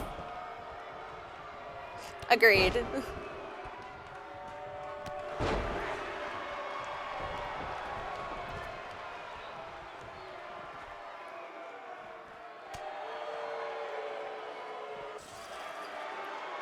Yeah, the game has a lot of weird restrictions. There's some more that when we go into attire, I'll show y'all. It's so weird.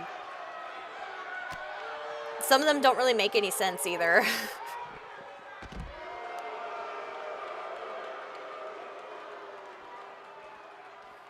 Did they lose?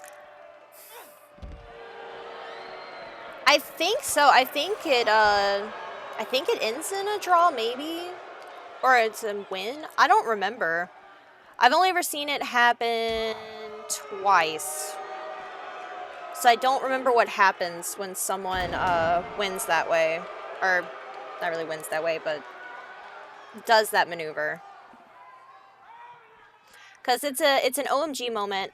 In this game with OMGs, whenever a character stacks up two finishers, they have the option to do an OMG, which does more damage, and it just looks cooler. Certain OMGs that are common are the coast to coast, and then the suicide dive. There's a bunch of really cool ones.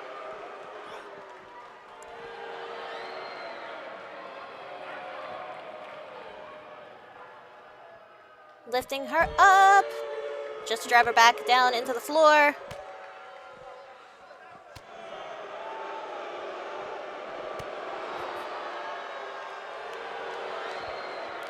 Throwing Shahimas back into the ring.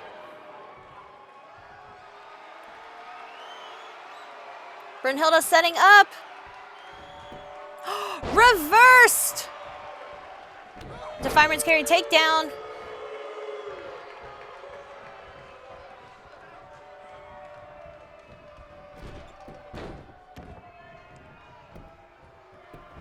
Going for a cover. And a kick out at 2. Yeah, OMGs and stuff like that are triggered by your stats as well. There's a lot of intricacies that go into making characters. It's pretty intense. That's why I think the game struggles as much as it does too, though. Because it's trying to run so much at once, and it's trying to do so much at once. Brunhilde setting up again. You know, that super punch, going for a cover. And 3, and your winner is Brunhilde.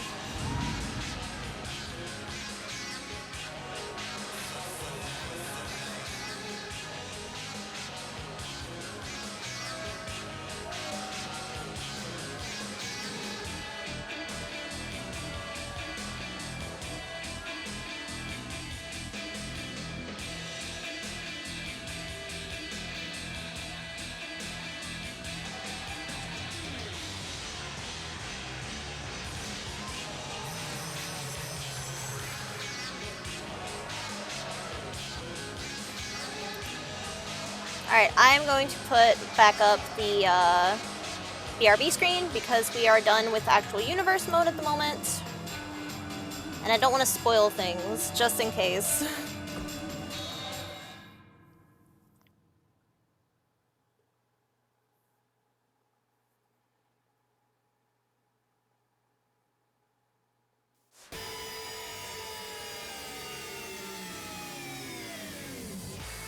Alrighty.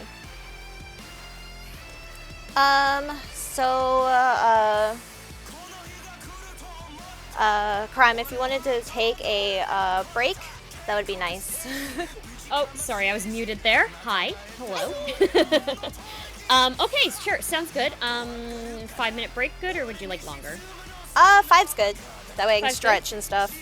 Yeah, everyone please go get up, do a little bit of a stretch, go grab some water, and we'll see you all in 5. BRB. I think I may have mistimed that again. Once again. It's fine. You know what? One day I will get it right. But it's okay. Hi everyone. We are back here with Kagome. Yes, I'm here. Sorry. That's okay. That's okay. No, we're good. We're good. And she's here to take it away again. We got a few more matches coming up. So yeah, go ahead. All right.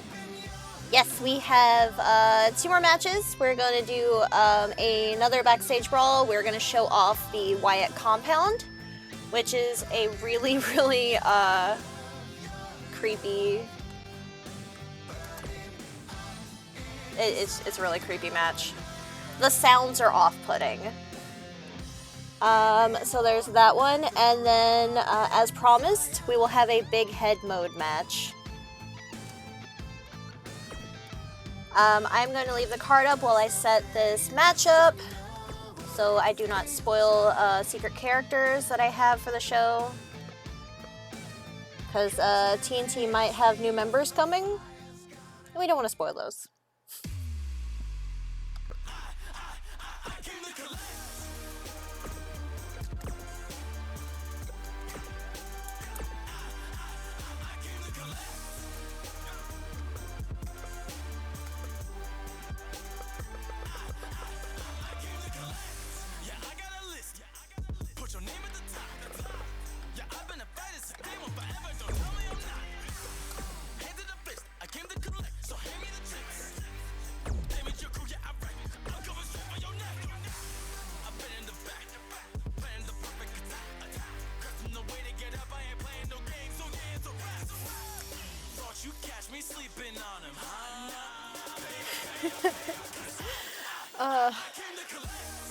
Okay, let's go and set this up.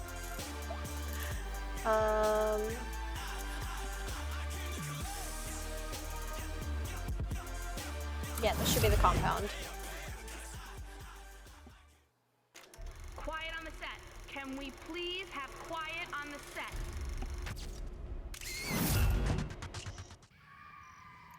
Okay, so this is one of the backstage brawl options. There's 2 of them. There's the normal one, which of course is backstage in the halls. This is the Wyatt compound, which is really freaking creepy. Because there's a lot of sounds going on in the background, which with them being low, I don't know if y'all will necessarily hear them. Like, if you can hear, like, the crickets and then the weird screaming sounds in the background. Yeah, just randomly you'll hear, like, weird, like, shrieking sounds in the background. Just 'cause. So, for FFW's purposes, we say that it is the Bakor compound, because the Bakor family is the family of Nalan zombies.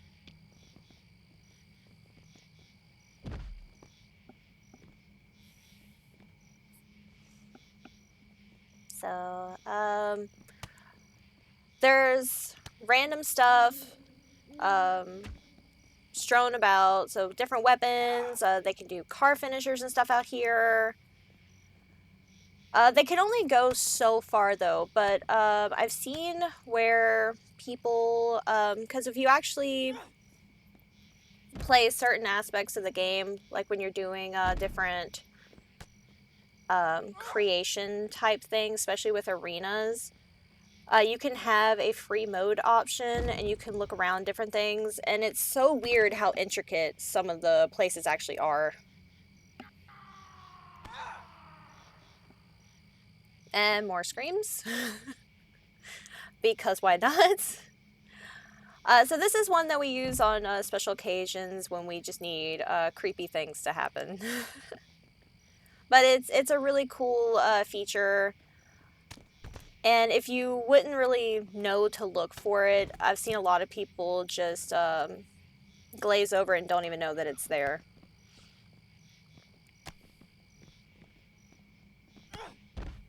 Pouncing down on top of an... Oh, yeah, I didn't even announce who the wrestlers are.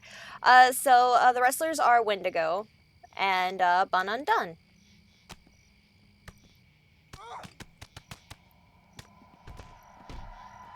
There's... God, it freaks me out every time it does it. Because it catches me off guard. So the game actually, there's a lot of things you can mod. but it definitely makes the game a lot more unstable than it already is.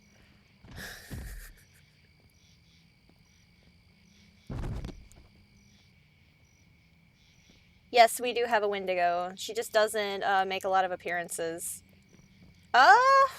Wendigo's been in FFW at least a year. I know longer than that, but at least a year.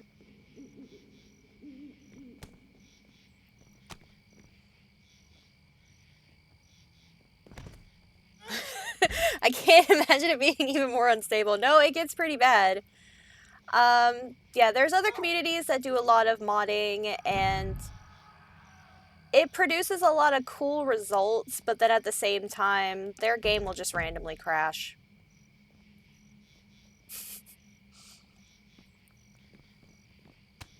But yeah, some of the effects are pretty cool. One of the things people do is, like I was saying earlier, they can import entrance music from other wrestling games. They can import moves that didn't exist, import entrance attire stuff. There's certain attire things that you actually don't have access to unless you do the showcase, I think. But that requires me actually play a one-on-one version of the game, and that would end so bad. I would just fail every time. The controls for this one are kind of difficult, I guess is the way to put that.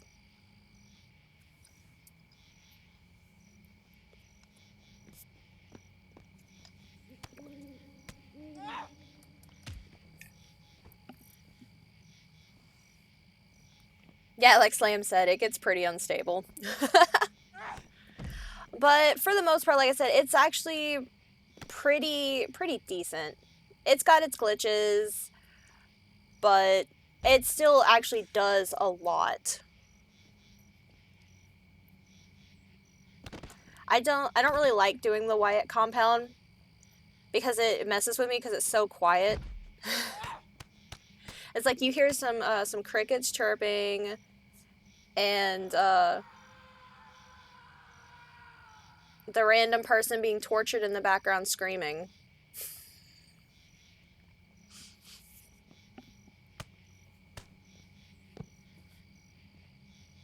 But then for the most part, it's just pretty quiet. You just hear a bunch of thudding sounds. Oh, and crows cawing, because yes. Oh, I actually, so since Slam said that, that actually reminds me, I did check earlier. I have officially reached over 1,200 hours in the game.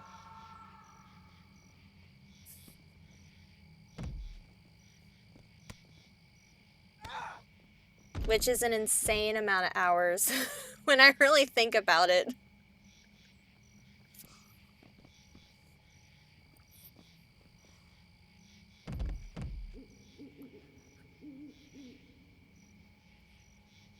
Insane.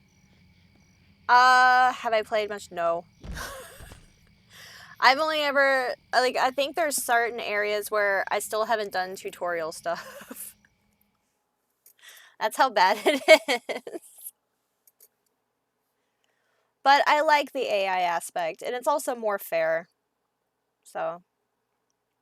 Alright, we're going back to the BRB screen. And your winner was Wendigo. I'm kind of upset they didn't use any of the weapons, though. I was really hoping. Did you ever imagine you'd make something as expansive? No. Honestly, not at all. Yeah, that's one of the entrance music, so it's really loud. No, I started FFW 3 years ago because back then a lot of the E-Feds were very male-centric, to the point where you didn't even see female wrestlers on the show, period, unless they were managers or they were caught up in someone's weird love story.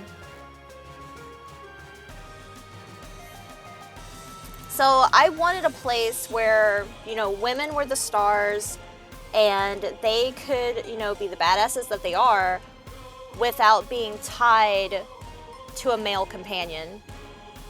You know, so that's why when I started this, it was like, even when people, there's like, oh, well, this is the sister of one of my characters from another show, or this is, you know, the wife of one of my characters from another show, I made it very clear to people that, you know, I won't treat their characters that way. Their characters are the star, so it kind of, we created a distance between them to make sure that the focus was on the female wrestlers. And then we ended up getting some agender wrestlers and gender fluid wrestlers, and so we have this lovely organization. I never really imagined it would get so big and expansive. I never thought it would last 3 years either. But it's still going strong, and I'm really, really happy that I'm able to do this and create this world for everybody to come and enjoy and just have fun with. Alright, so we have set it. It shall be done. I've got to... since we are doing a big head mode... I know, Oblivion, but I can't showcase that character. But yes, since we are doing big head mode, I will use our FFW and Chill arena, which is an amazing arena.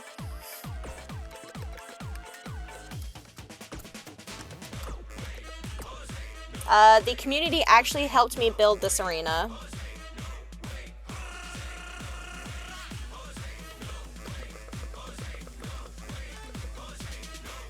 Yeah, we all sat there and did a stream to build together. So it's pretty good. All right. And I learned from testing, and I picked 2 ladies with not a lot of hair physics. So yeah.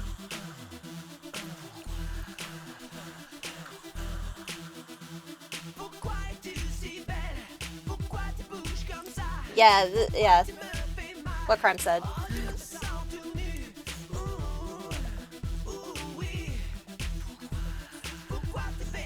Alright, make sure everything is set up. Yes, yes. Yes.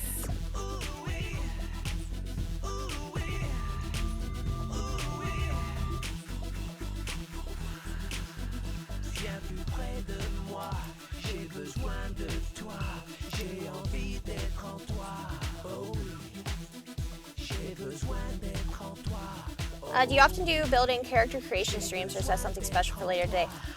Whenever I had a lot more time, I used to do a lot of character creation streams because what our organization does, what FFW does, is when we have special holiday pay-per-views, characters can dress up in special like holiday attire pay-per-views.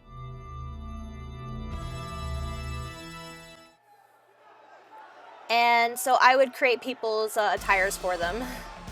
And we would go over in July, I'm thinking, either July or August, we will have a special pay-per-view. It'll be our summer pay-per-view, which is always, we call it our beach episode. Because it's a summer pay-per-view, and hopefully by then we will be on our 100th episode. We are currently at 92 official shows.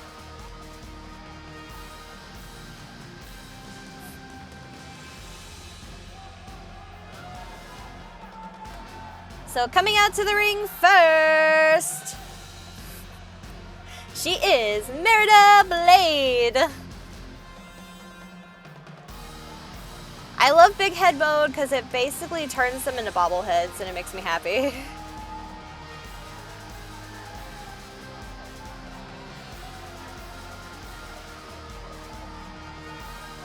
Also, this is our FFW and Chill arena, which is our Tim Curry arena. So that's why Tim Curry's picture is everywhere.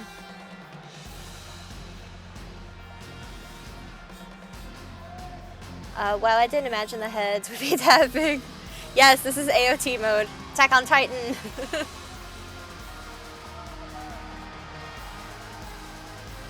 IRLSD chibis, yes.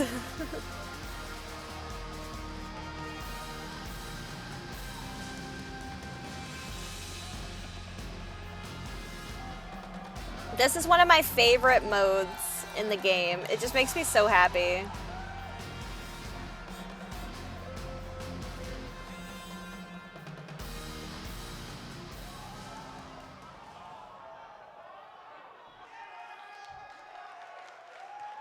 Granted, the game is having a field day with her hair right now, though. And her opponent, your naughty or nice champion, Lauren Aoi.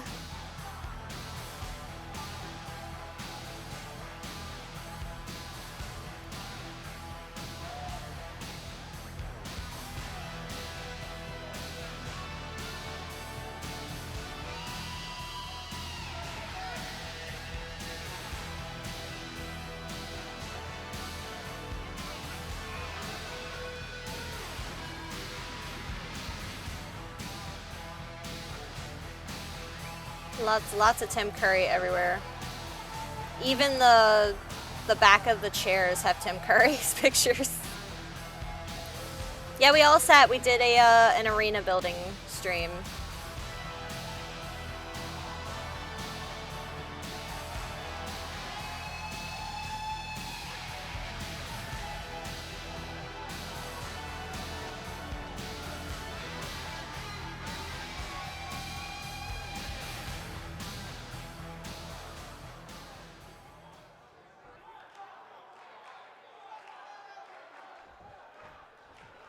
Alright, ladies, let's go. Hey, good ref. Okay, so since we actually had the good ref today, so like I was mentioning earlier, our other ref that we normally have is very glitchy and likes running in place, running in corners, running in circles, getting drop kicked by the ladies because they get in the way.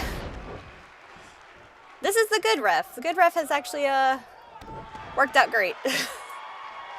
Didn't get taken out once. And of course I say that and this one might get taken out. Let's hope not.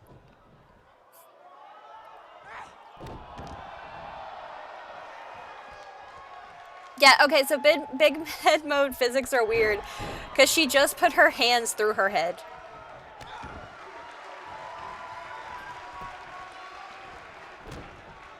Uppercut to Merida. And drop kick. Dragging her to the middle. Going for a cover. And a kick out at 1.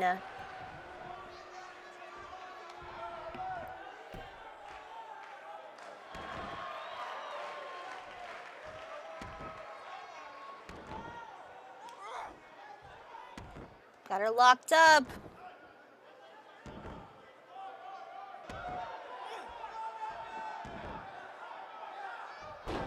And shoves her aside. I guess if anyone was considering picking up this game,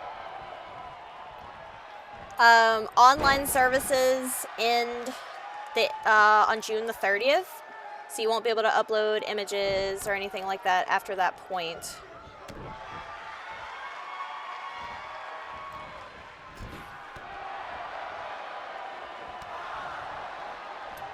But that's why you just get a good stockpile of images and you're good to go.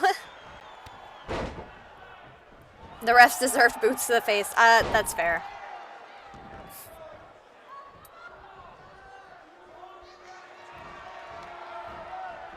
And Blue Thunder Bomb connecting on Merida.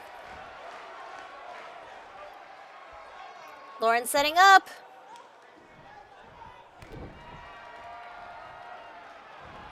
And going up. Locking up her head and neck. Both of their heads slowly merging. It's really creepy.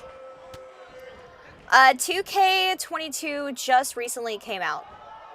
And since it seems like this one is not as much of a trash fire as 2K20 was, then they're finally actually going to end the servers for 19.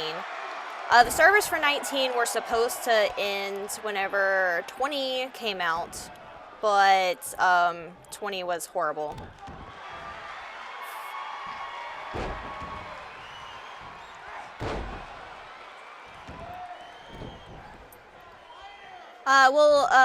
See, 2K games get worse with each iteration. This one's the most stable.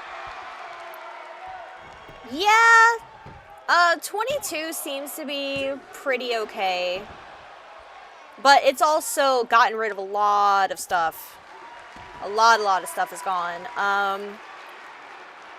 You don't have custom entrances anymore. A lot of the music is gone. I think certain attires are gone, moves are gone. I know they made the play mode a lot easier, apparently. The controls are easier.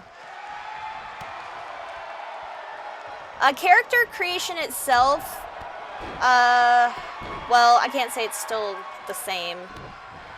Because now you choose classes, basically. And your weight actually factors into your body type and stuff. Like in this game, it really doesn't matter. You can have someone that is 5'2" and really skinny looking, like really slender, and make them weigh, 200 pounds.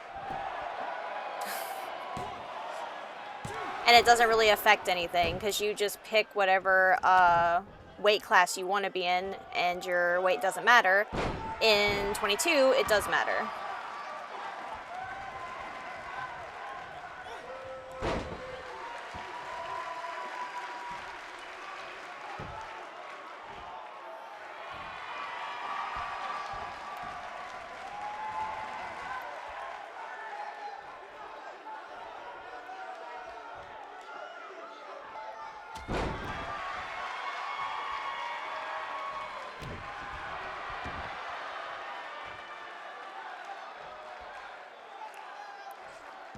Yeah, out of all the things, I guess they were trying to just find a way to make it more stable.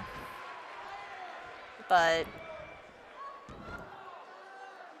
I still was able to create one of my characters just fine for the most part. I was sad because their entrance music isn't there anymore. So I had to pick a different song, and their entrance motion, I couldn't make it custom. But I'll show all that when we get to entrances, because entrances are very elaborate and they're really, really cool. And drop kick to Lauren. And insult to injury. So many knees into the chest.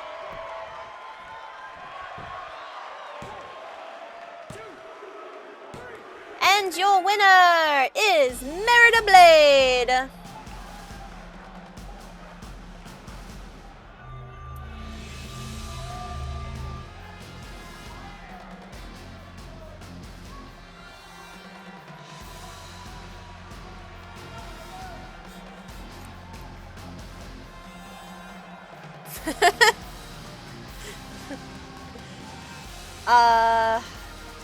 Let's see. Living Blade says, THQ let us upload our own music for characters. Those were the days. No, not anymore.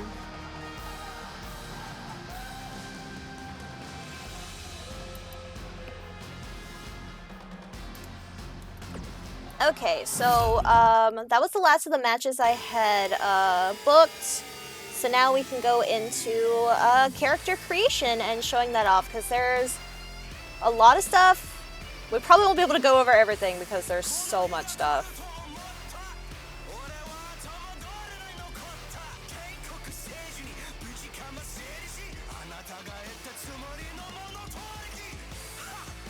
Yeah, the character creation in this game is extremely advanced.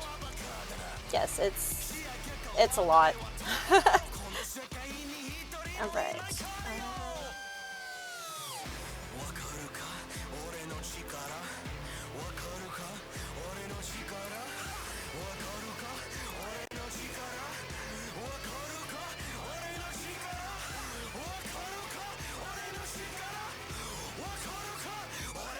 just making sure that's working. Yep, I can see it. Awesome! Yay! Now, hopefully we don't have any issues here. But if we do, I can follow delayed. Okay. I'm gonna keep the screen up for the moment. Because I'm going to pick a character. I'm gonna pick a character that has had a lot of work done to them. That way How we many can kind characters have you made total? Me personally, I'm not sure. Do you happen to know how many you have in who participate regularly in FFW? At least 64. Oh wow. Yeah, Okay. at least. You can have 100 custom superstars, so at least 64. Let's see. We will bring up Nurse Spike. Nurse Spike has a lot of intricacies. That is my partner, Night Demon's character. He does a lot of the character creation stuff. He helps people with their attires. He's very, very good at attires. Alright, so...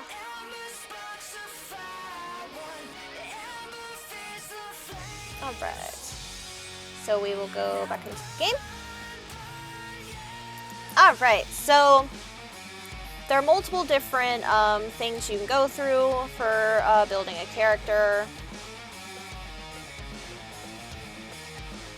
Alright, so you can go into, you start off, you have the face.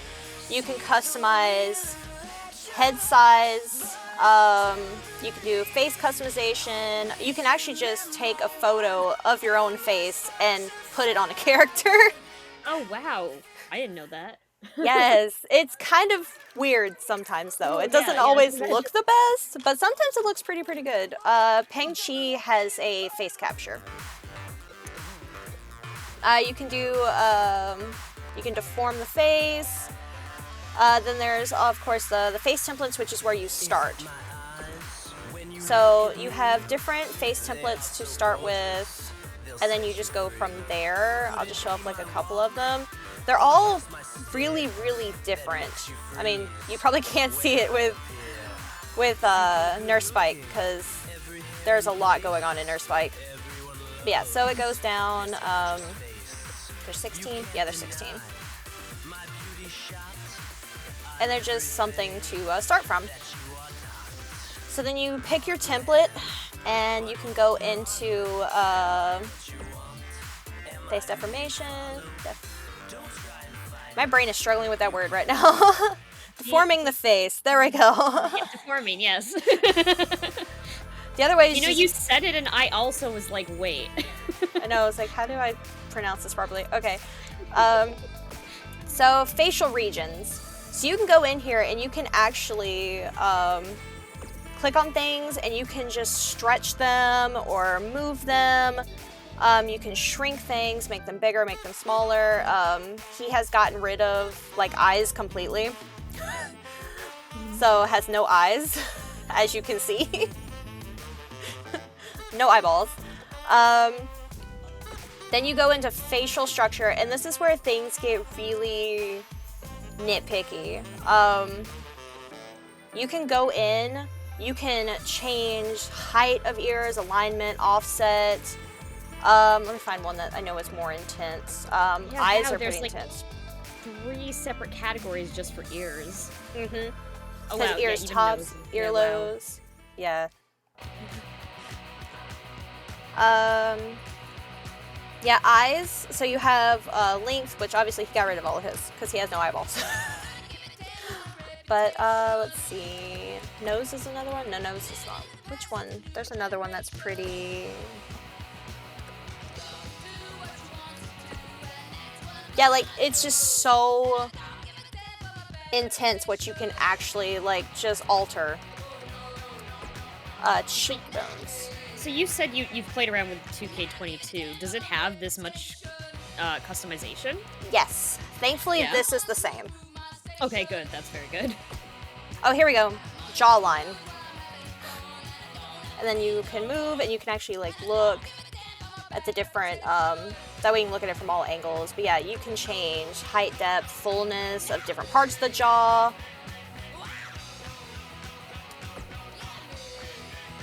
I can't remember what that is. Yeah, wait. I'm not actually sure what the parietal region is either. I don't know. I'm gonna look this up.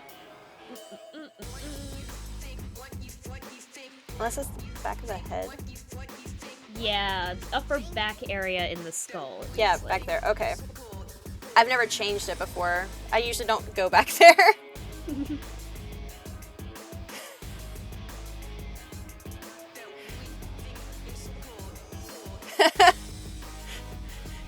Slam says he came back in time. Yeah, pinch the spots, grab everything, be free. So, yeah. It's, I'll actually show you the face sculpt that I did. It took me 2 hours to do one. Because I'm very much a perfectionist when it comes to these kinds of things. Oh, yeah, yeah.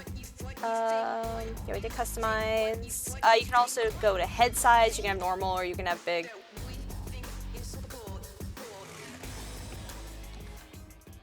Alright, so that's head. So face, then we go into body.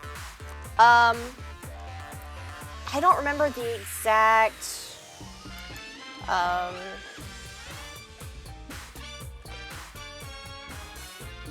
properties, but there's a certain setting that you can do, and it's like a secret setting, and it unlocks all body types. Oh, interesting. But I can't remember exactly which one it is, because you have to like move sliders, and then it kind of glitches and opens all the body types that you're not really supposed to have. Oh, that's so funny that it's just a glitch. Oh my god. Okay, interesting.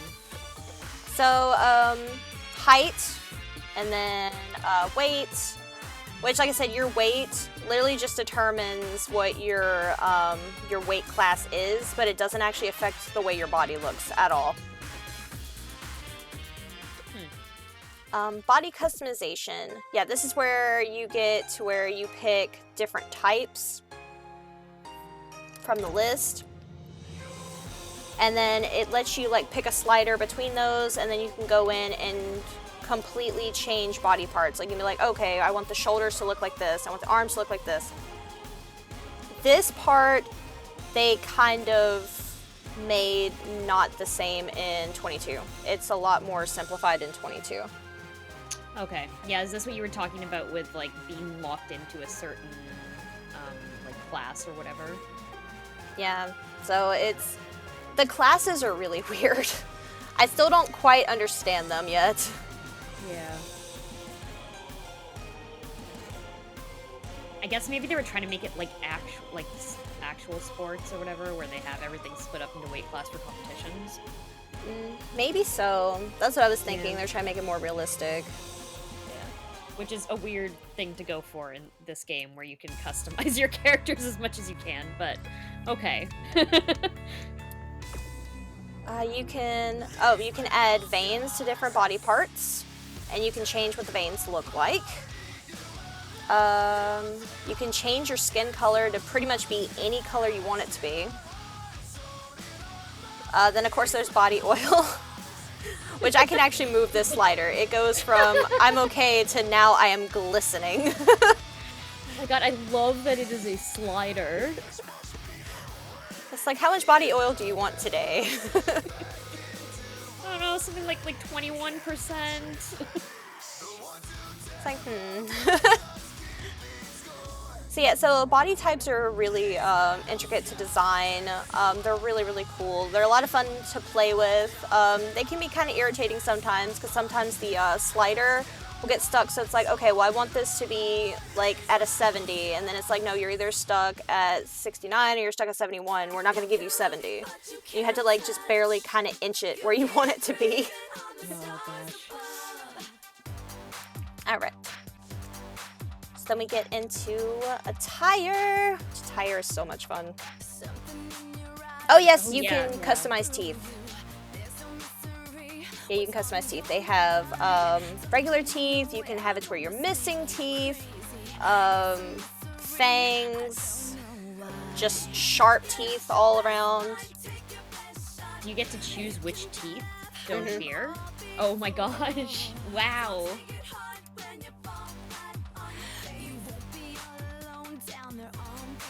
Okay, game just had a moment. Spike is a lot to try to render. Spike, I think, might have max layers. Or pretty close to max layers. I had a Spirit Squad outfit. Okay, so go into just regular attire. So we'll edit. It gives you the option, you can import parts from other characters, so that way you don't have to just do it all over again. You can just collect import parts, pick the character, import what you want to import. So that's a nice feature. How many outfits can you have per character? You get 2. Okay. So, well, technically 4, but you get a entrance attire, which is what you come out in, and then you get an in-ring attire, which is what you fight in. You can have 2 sets of those. Okay. So that's why Spike had the Spirit Squad attire, which is their tag team, which is really really funny. Yeah. Yeah.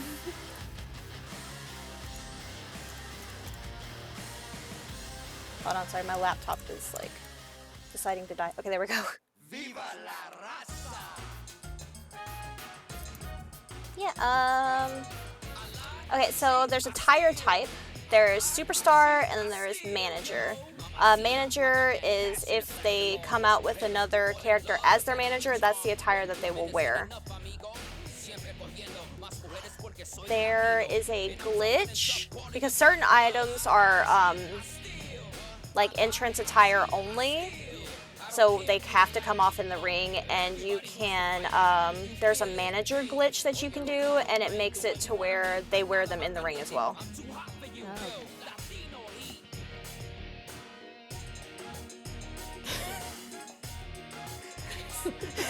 Oh my gosh, I'm reading chat. I am too. Casual Slam Jam says, denim is a powerful material for powerful women. If a woman runs at me in jorts and a denim jacket, I run. I do not attempt to defend myself. Denim teeth, I'm throwing my wallet down first before I bolt. I know she's just going to eat it, but I'd rather she eats the wallet than me. Thank you, Slam. Thank you.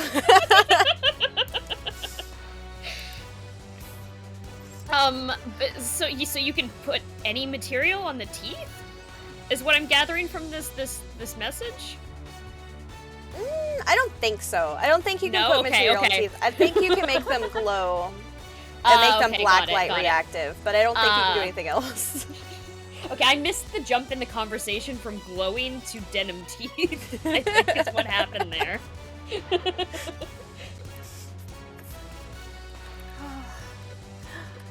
Oh yeah, so attire types. Yeah, there's the manager glitch.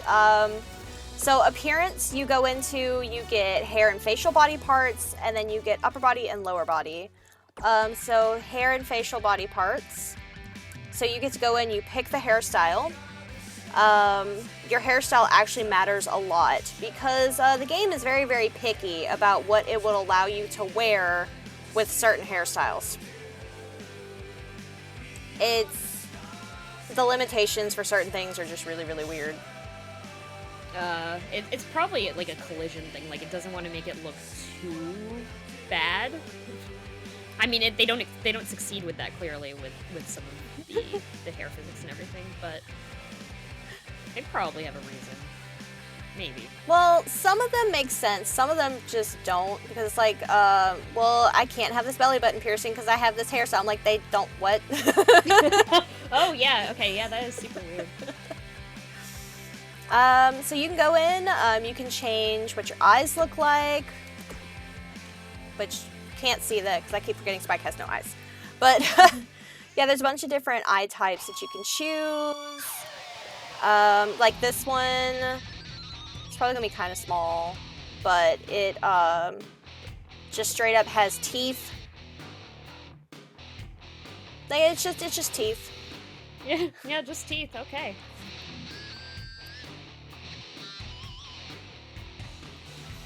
I like they're saying sometimes long hair will fit under a mask and sometimes it won't. It's really weird what the limitations are, because for certain things it's like, why can I wear this one but I can't wear this one, and they look almost the same. Because game. Let's see. Eyebrows, eyelashes, eye makeup, lipstick, immovable scars, movable scars, face paint, which, like I said, so many layers.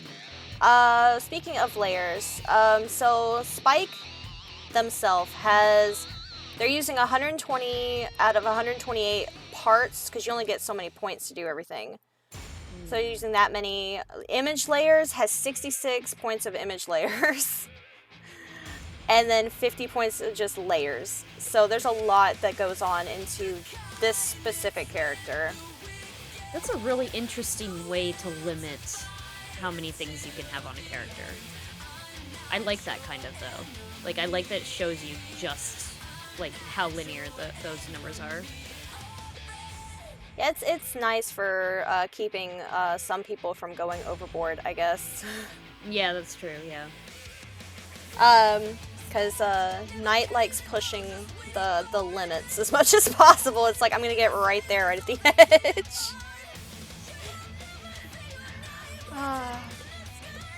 Oh yeah, you can have, now we're on bodies. So upper body, you can have immovable scars, movable scars, torso back, the arms, body tattoos in different areas. Like, all of these are just images to make the arm look a different color. So it's like there's just a bunch, and then all the stitching, and then tattoos. I don't think there's anything really going on lower body wise. No, okay. But yeah, you can have more scars and more tattoos. No feet tattoos, though. It's kind of sad about that. Yeah. Yeah. Okay, then we go into attire, which you have the options for head, upper body, and lower body. You have headgear, hooded clothing, high collar, head accessories, headwear, caps, masks, glasses, face covers, and piercings. Which some of them, like some of the headwear is actually... I probably won't be able to wear any of it because of Spike's hair. Spike's hair is some of the most limiting hair in the game. Yeah. With what it'll allow you to have. Okay, so that's headwear. I don't need that one. I need headgear, I think. It's the one that has the cool stuff in it. I don't do a lot of head accessories, actually. Oh yeah, here we go. This is where we get into, like, the creepy masks. Okay, this one, I think. Nope. It won't let me put this one on either. How dare you? Not allowed to put on anything. Spike's not allowed to have anything. But yeah, that's what I was telling you. It's like, all of these can't wear none of these. Because of hair. Oh, but you can have a rabbit nose. That's so strange. That's so strange that doesn't allow you put, like, I understand a lot of those are head, like, on head things, but, like, the masks, I don't see why. It's weird. It's very weird. These, since they have the little, like, shirt symbol at the bottom, that means they're entrance only. And since we're in in-ring attire, it won't let you wear them anyways, but, yeah, you can straight up have a pumpkin head, cat head, pig head, hyena, dog head, horse head! I love the horse head. Baby head also? Yes. Yep, okay. It's a baby head. Turkey head, kind of like the Stormtrooper kind of head, bunny head, which we saw with Bun Undone. You can just have a paper bag on your head. Some of the attire is just weird. Babies in wrestling? Disgusting. I agree.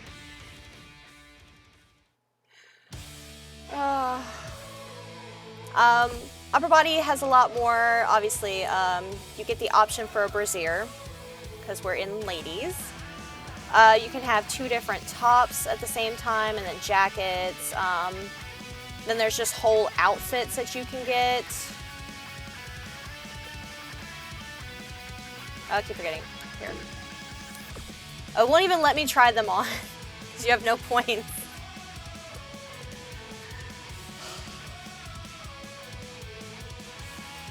I can switch to another character. That'll actually let me like look at some of these better. But I wanted to show off the different layers, because Spike has a lot of layers. Oh yeah, there's a lot going on with this outfit. Knee pads, socks, boots. You can add images to things. That's where like the blood splatter on here. And then the bottoms have different layers as well. And same with the tights. You can also change the material they're made out of, which I think maybe that's rust. I think that's rust for the material. It's also kind of funny because it's like, oh, I want to make my turnbuckle made with glitter. And you can do it, you can make it with glitter. And like, that has to hurt. Oh yeah. Shove your face in the turnbuckle and glitter in your face. Million tiny cuts. That's fine. Alright, so then you have name information, which is your name, the abbreviated name, entrance name, the social accounts, which is where we put everyone's like screen names, and then the presentation name, which is what the announcer would announce your name as, but we kind of have her turned off at the moment because she's very glitchy. And sometimes she'll just say the same thing over and over and over again. One of them is with Peng Chi. Peng Chi's is big time adorable, and she'll just say, big time adorable, adorable, adorable, adorable. That's like, how you know, extra adorable. Yes, extra. Yes, and Knight has confirmed it is rust. And we're backing out because we're not going to mess with anything. Yep. Alright. So I forgot that it's gonna take me back into here. Yeah, she gets names wrong too. Yeah, she gets really confused with tag team title matches as well, and sometimes she'll just keep saying the same thing over and over and over again. And it's just like, you're broken. Let's see.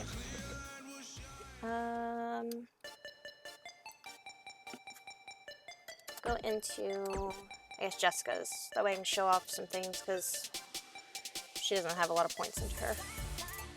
Or she shouldn't, anyways. So this is one of the characters I have actually made completely from scratch. Like, did her moveset, did her entrance, completely did a face sculpt.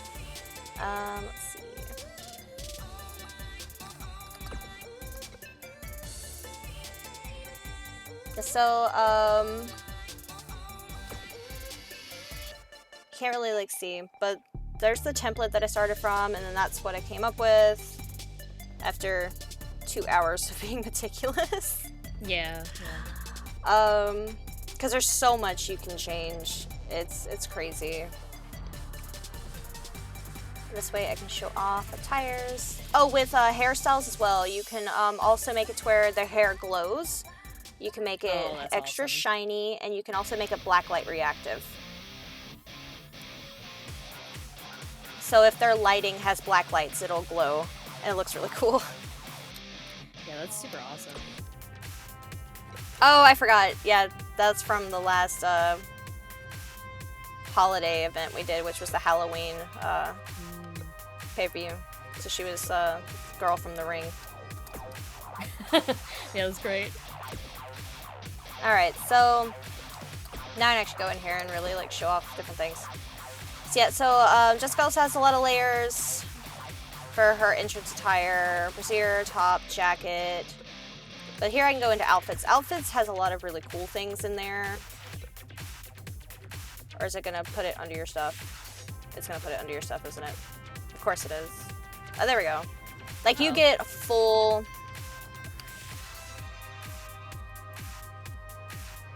Like, it'll give you, like, full, just head-to-toe attire. So it costs more points, but if you want that whole outfit kind of look,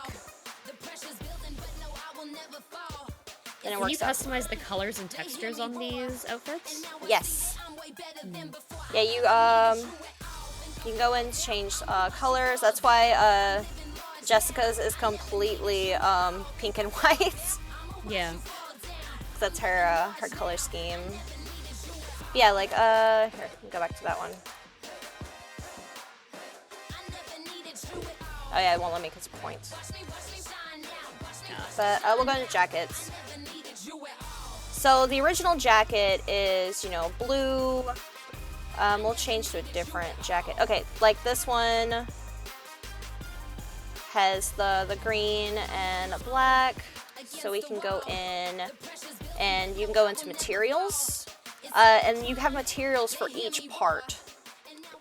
So the main jacket, little tassels, and then the, I thought that was going to be for the back. Oh, the zipper. Okay, zipper material as well. Oh, wow. That's really modular. Okay. So you have the default, cloth, vinyl, matte, satin, metallic, velour, rubber, plastic, pearl, the organza, leather, and just rainbow. It's like if you want to just be obnoxious. Love it. Of course, I want a jacket glitter. like that IRL. Yes! All the rainbows. Carbon fiber, damaged, concrete, steel bumped, wood, denim, rust, crocodile scales, glow, and blacklight. Oh, nice. And then you can do that for each material separately, and then you can go into colors, and you can literally make any color in the rainbow. You can go in,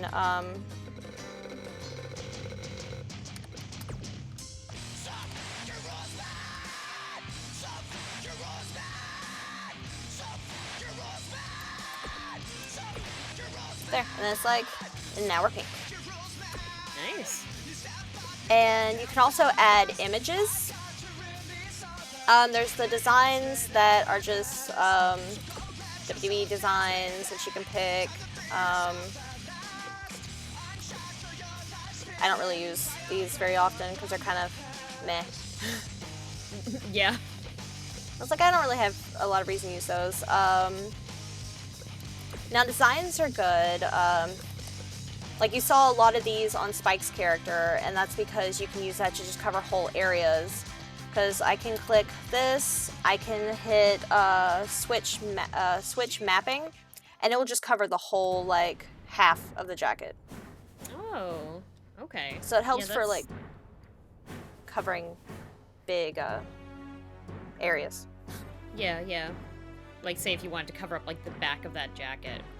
With the, I know there was text on it, right? Yes. Yeah, yeah. Okay. And then you can also move it, and then you would just change the color. Huh.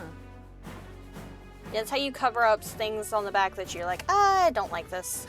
But I like the style. Yeah. There's flags, there's miscellaneous images. You can just do lettering, so you can just have it say something. And then, of course, custom images, which are the ones that you download.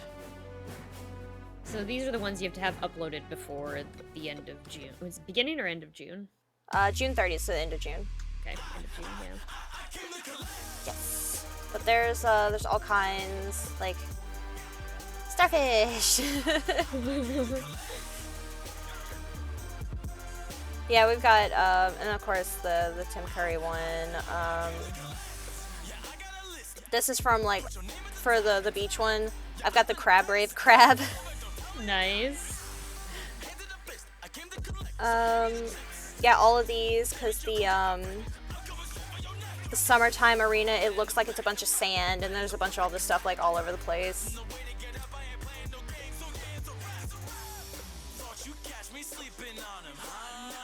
Yeah, all the things that make the characters their characters, like, there's, like, some of these are just texture layers, and different tattoos that characters have. Okay. All the Christmas stuff. Yeah. Belts, because, you know, you can't be an anime protagonist without a billion belts on your outfits.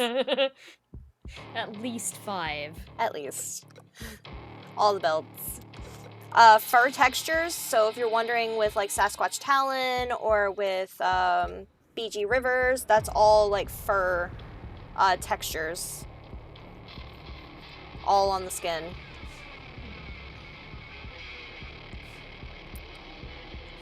Right. Oh, and then all the, since we're in jackets,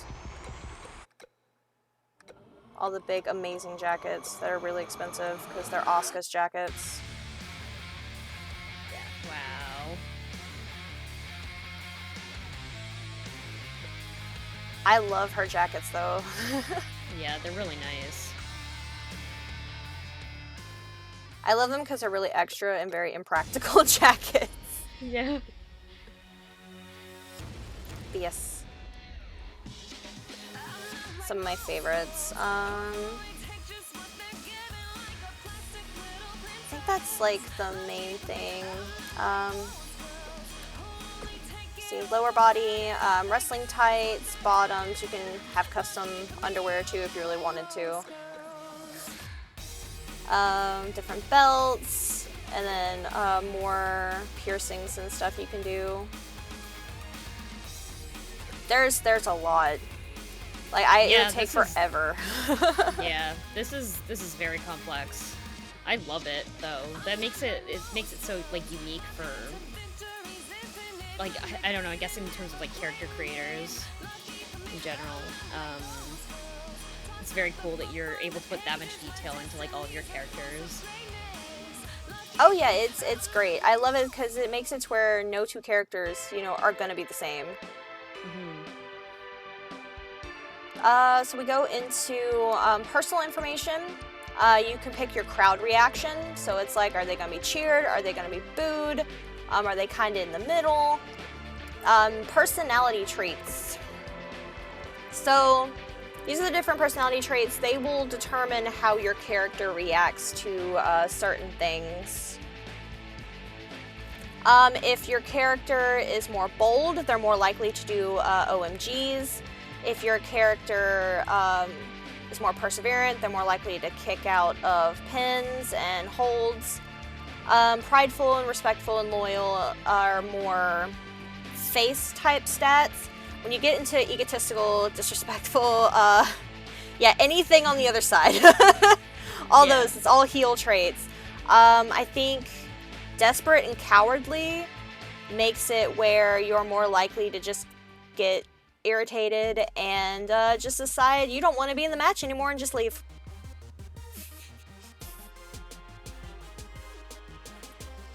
We've had characters just in the middle of the match be like, nope, I'm out, bye.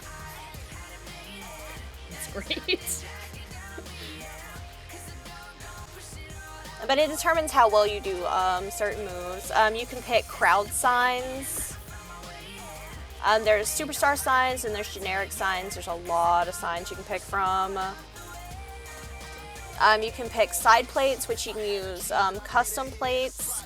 So custom images, or use the ones that are already there. Hit point ratio, we don't really I don't mess with this.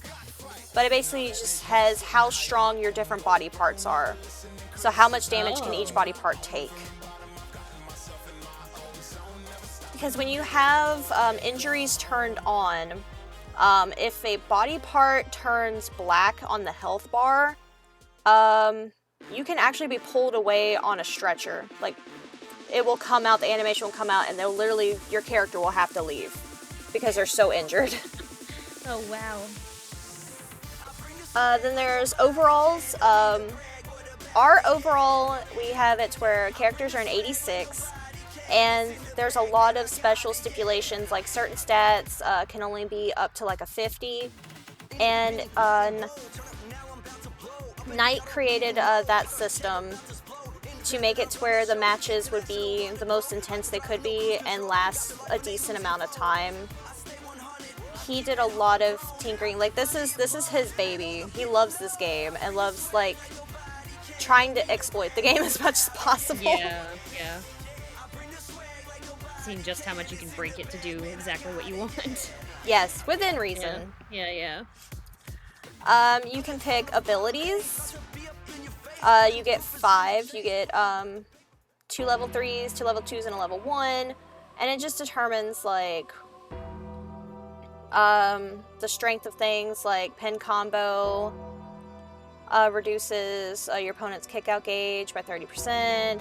Rope break, so hopefully the ref sees that you're at the rope, so you get a rope break. Technician, fan favorites, and then mouthpiece. And there's some in there that it's like, I don't know why this is in there. It doesn't work for us. Then you also get paybacks. You get 2. Like, Jessica has Fists of Fury, and she has Resiliency. Fists of Fury increases your striking power because she does a lot of kicks. Like, that's her main thing, is a lot of kicks and flips. So that would be a good one. And then Resiliency makes it to where you're able to escape a pin, submission, or elimination with ease. Oh, okay, cool. I didn't know there was this level of control. Yes. You can also take points into, like, finisher, which you get a finisher faster. Adrenaline buff. Allows you, I think, was it? Yeah, you can lift more weight. Tank buff for defense. Run in, summon an ally down ringside. Like, oh, here it is. This is when I was talking earlier about heal maneuvers you can do. This one gives you brass knuckles, which if you're caught will create a disqualification. It'll create a DQ, but it's really, really cool to see it happen. Yeah. Same with Poison Mist. You spray this big green mist everywhere, and it can actually hurt your opponent. That kind of rules.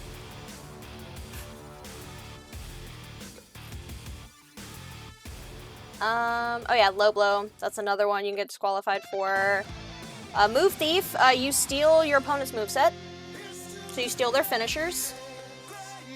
Blackout's another really, really cool one. It makes it to where the screen goes completely black, and then the character teleports behind their opponent and attacks them.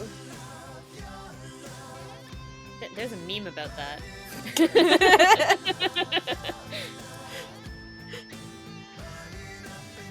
Right, and then there's some menu screen pose, which mine's pretty simple. You can also set them individually, where you can set, yeah, you can just sit there and set their body, if their hands are open or closed, and what they look like, and then facial expressions too. Some of them are just really weird when you put them together. Yeah. So yeah, so that is basic attire stuff.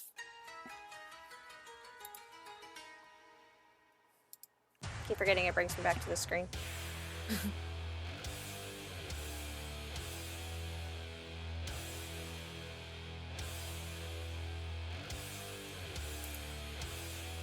Yeah, so that was just like attire. Like, there's so much that goes into I won't really go into moveset other than the fact that there's a lot, like there's hundreds of moves that you can go into, because I really don't want to get the the glitch that Slam was talking about earlier, where they just kind of like, I'm making hand motions like you can see me, where they do the thing where they're just kind of like quickly going in and out of the floor.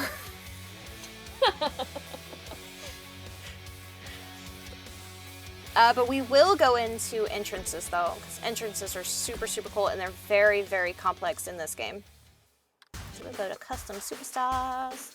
You have two options. You can pick easy mode, which makes it to where you just pick any of the like base entrances you want, and you just, that's it. And ta-da, you're done. We are going to go into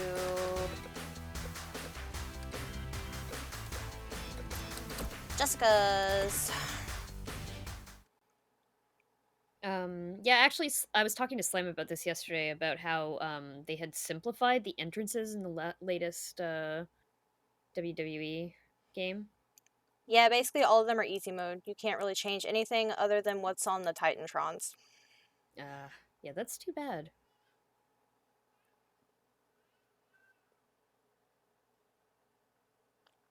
Yeah, there's so many moves. There's a lot of moves. So many. Okay.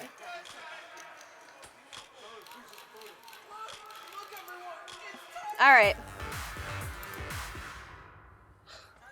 The only problem with this is that if I stay here, it's gonna keep playing the same bit of music, like, constantly. It's like, I don't know how can I... Alright, so you can go in, you can pick whichever motion you want. I'm using, what am I using for this one? Oh, Tyler Breeze for this one. And then this one I think is Fandango. Yeah. So it lets you go piece by piece. So you have motion, lighting, so you can change the lighting for each different part. You can change pyro for each different part. Yeah, that's super customizable. So could you change also the music once you go from intro to stage as well? Unfortunately, no. You're stuck with the same okay. music.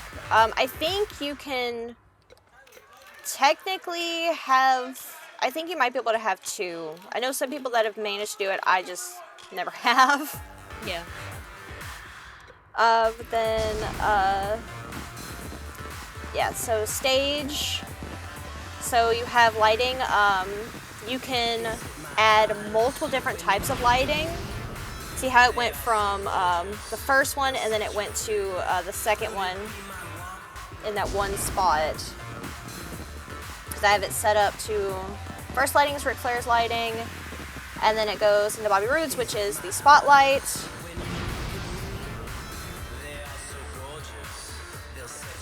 There's also pyro, and you can time pyro to go off at very specific times.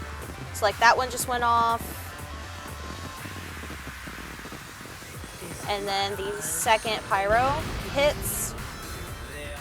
So cool. That's so cool. You can customize it to like that degree with like being able to just like pop individual bits into like the timeline. Yes, it reminds me of video editing. It's such a nice feature. Yeah. Let's see, you can do screen effects. I don't use them, but you can like if you just like, oh, well, I want this to be blue now. And then you can just start it to where, okay, now in that section, it's gonna be blue. And then you can move it around. Yes, so now it's blue. Yeah. Yes. They have, when you show your nameplate and how long it pops up. Oh, neat. So that's on the ramp. You can do, once you get in the ring.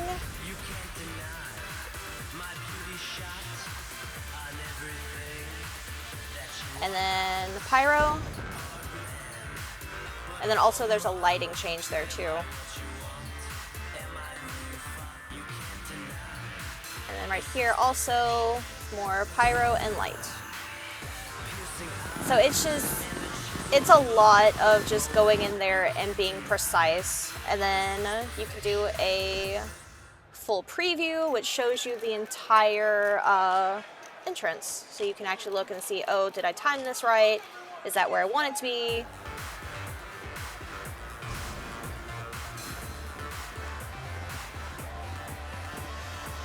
You can also use this to test out how your attire is going to look in an entrance. Because sometimes it gets glitchy. Yeah.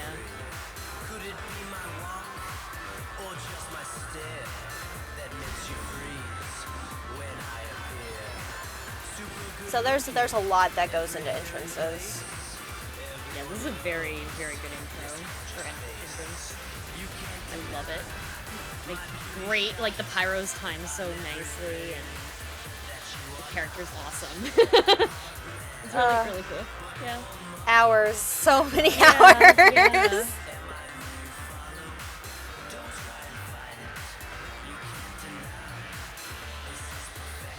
The Page Mistress is asking, is there a K-pop song you wish Jessica could come out to?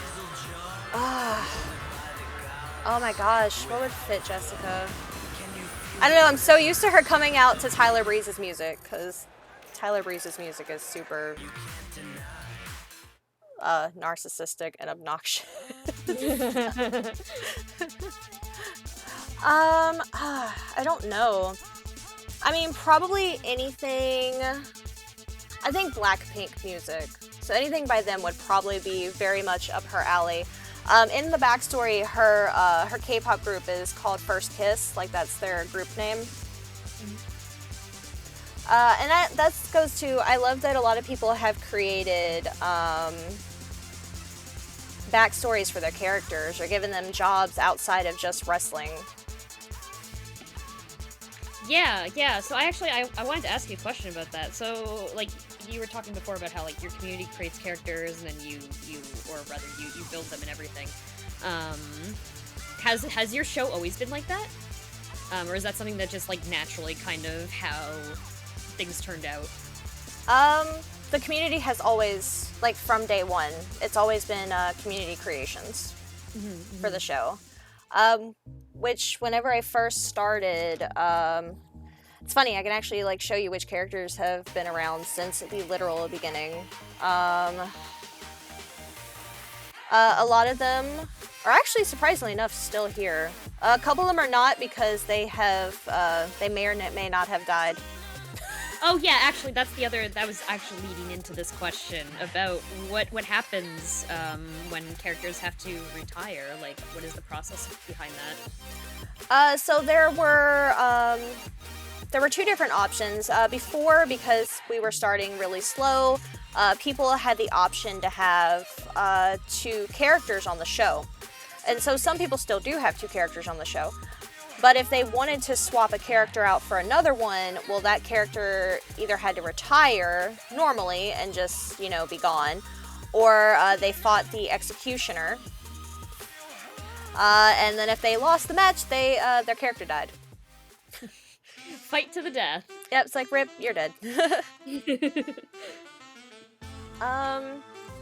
The other option that we did for a while, whenever I started getting a lot of characters and I needed to really cut down on how many we had, we did contract versus contract matches where 2 people, if their character owner just hadn't shown up in like a few months and wasn't planning on coming back, their characters would go through contract versus contract matches, so whichever character won got to stay on the show and keep their contract, and then the other one just left because their contract was up. Excellent. Casual Sam Jim says, has anyone debuted against the Executioner and lost? No one debuted. The Executioner did lose, though. And because she lost a match, she died, and the person that beat her became the new Executioner. That's excellent. Let's see.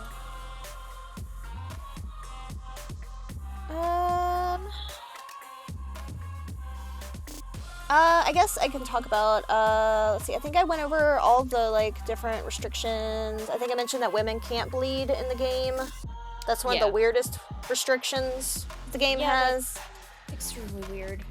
Especially with, like, some of the other moves that, some of the other movesets that happen in the game, and it's like, okay, no, they can't bleed. It's like, okay. Only once, I've gotten the actual, like, bleed animation, because what happens is the screen will flash red, and then you'll start seeing, like, blood come from the forehead of the wrestler. And then, yeah. But no, we just got the flash, it got our hopes up, and then no bleeding. Yeah.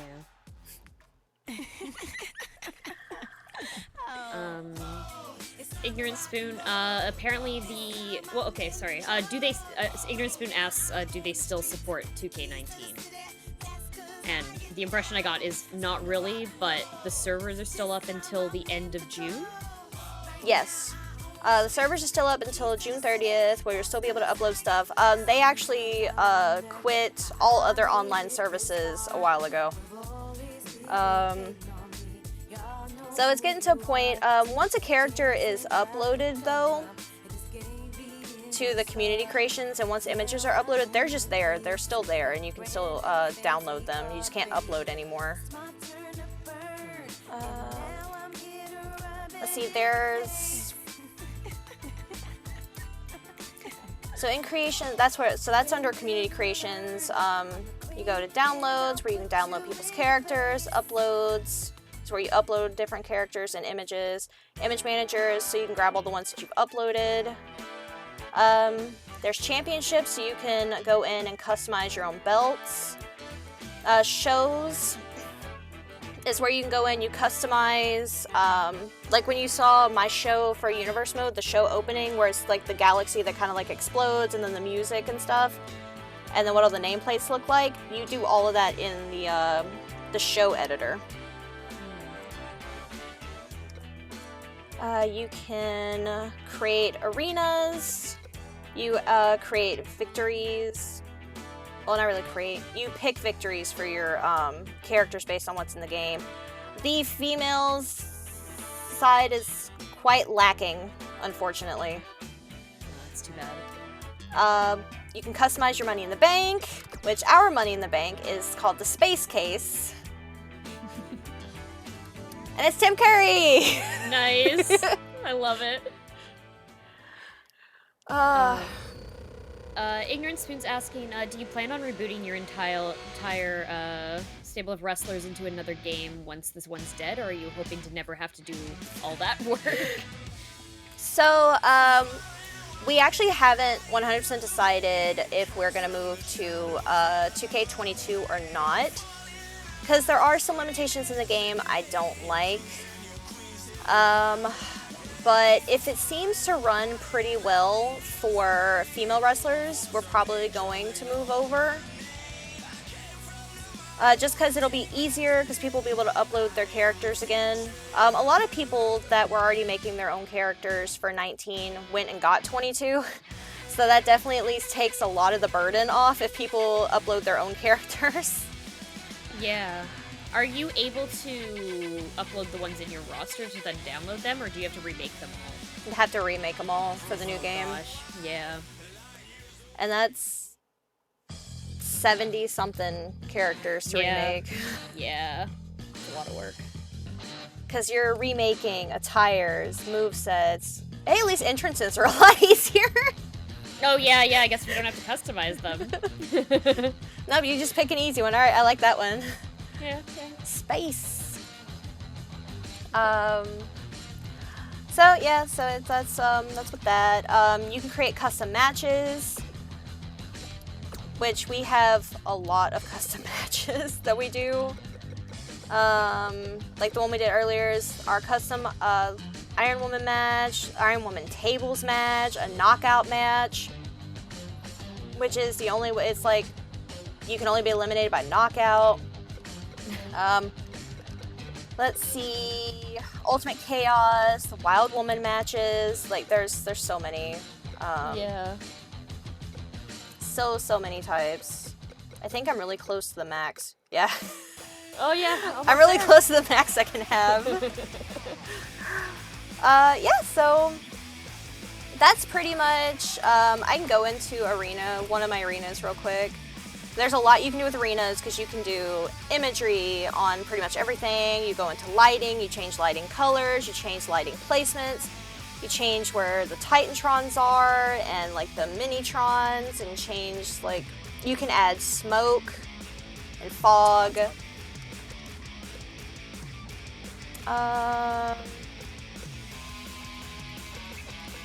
Yeah, like go into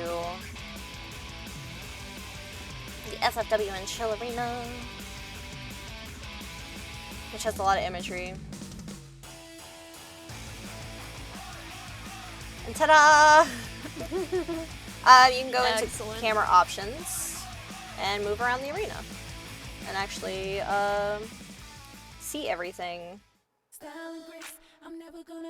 Nice. Granted, this spot's like really empty. Yeah, it's the back. No one sees that anyway. Yeah, no one cares about that part. Yeah. Awesome. Yeah, you can go into base settings, movie displays, stage, ringside. There's a lot of different things. We've got different ones for different pay-per-views. Like, oh, I'll show you the beach one since I mentioned the beach one.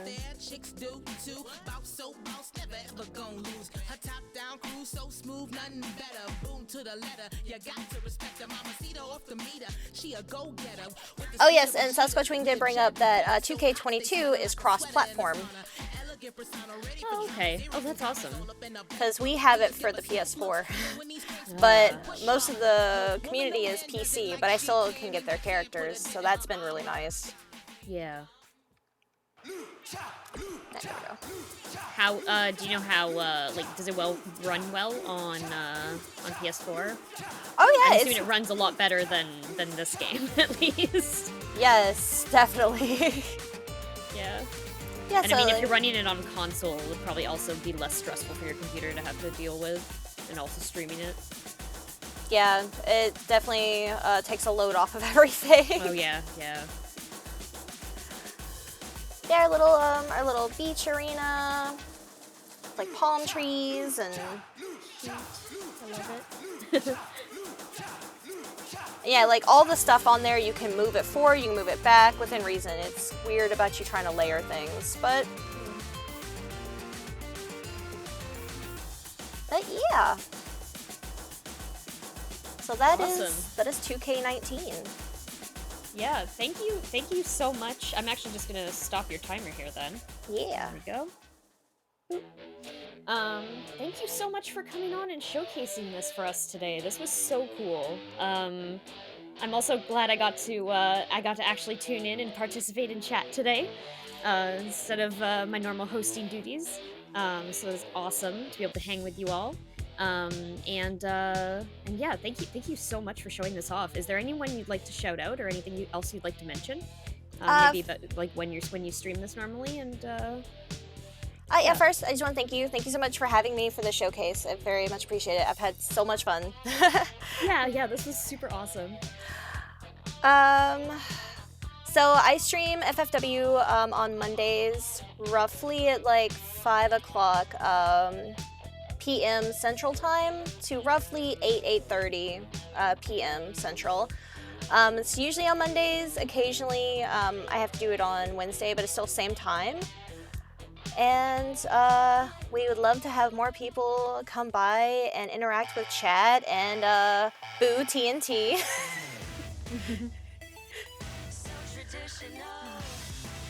Yeah, I gave a little shout out in chat, so please use that link to go and follow Kagome on Twitch. Yeah, is there anyone else you want to shout out before we head off? Well, we can shout out my amazing host here, Metroid Crime. Well, thank you. Who is a variety streamer and streams a lot and needs to take more time to rest. Yes, very, very, very true. But yeah, thank you so much for being on here. It was excellent having you on. We're just gonna go into a intermission here, and then I'll see you all again. But thank you again for being on here. Thank you. Bye, everybody. Bye.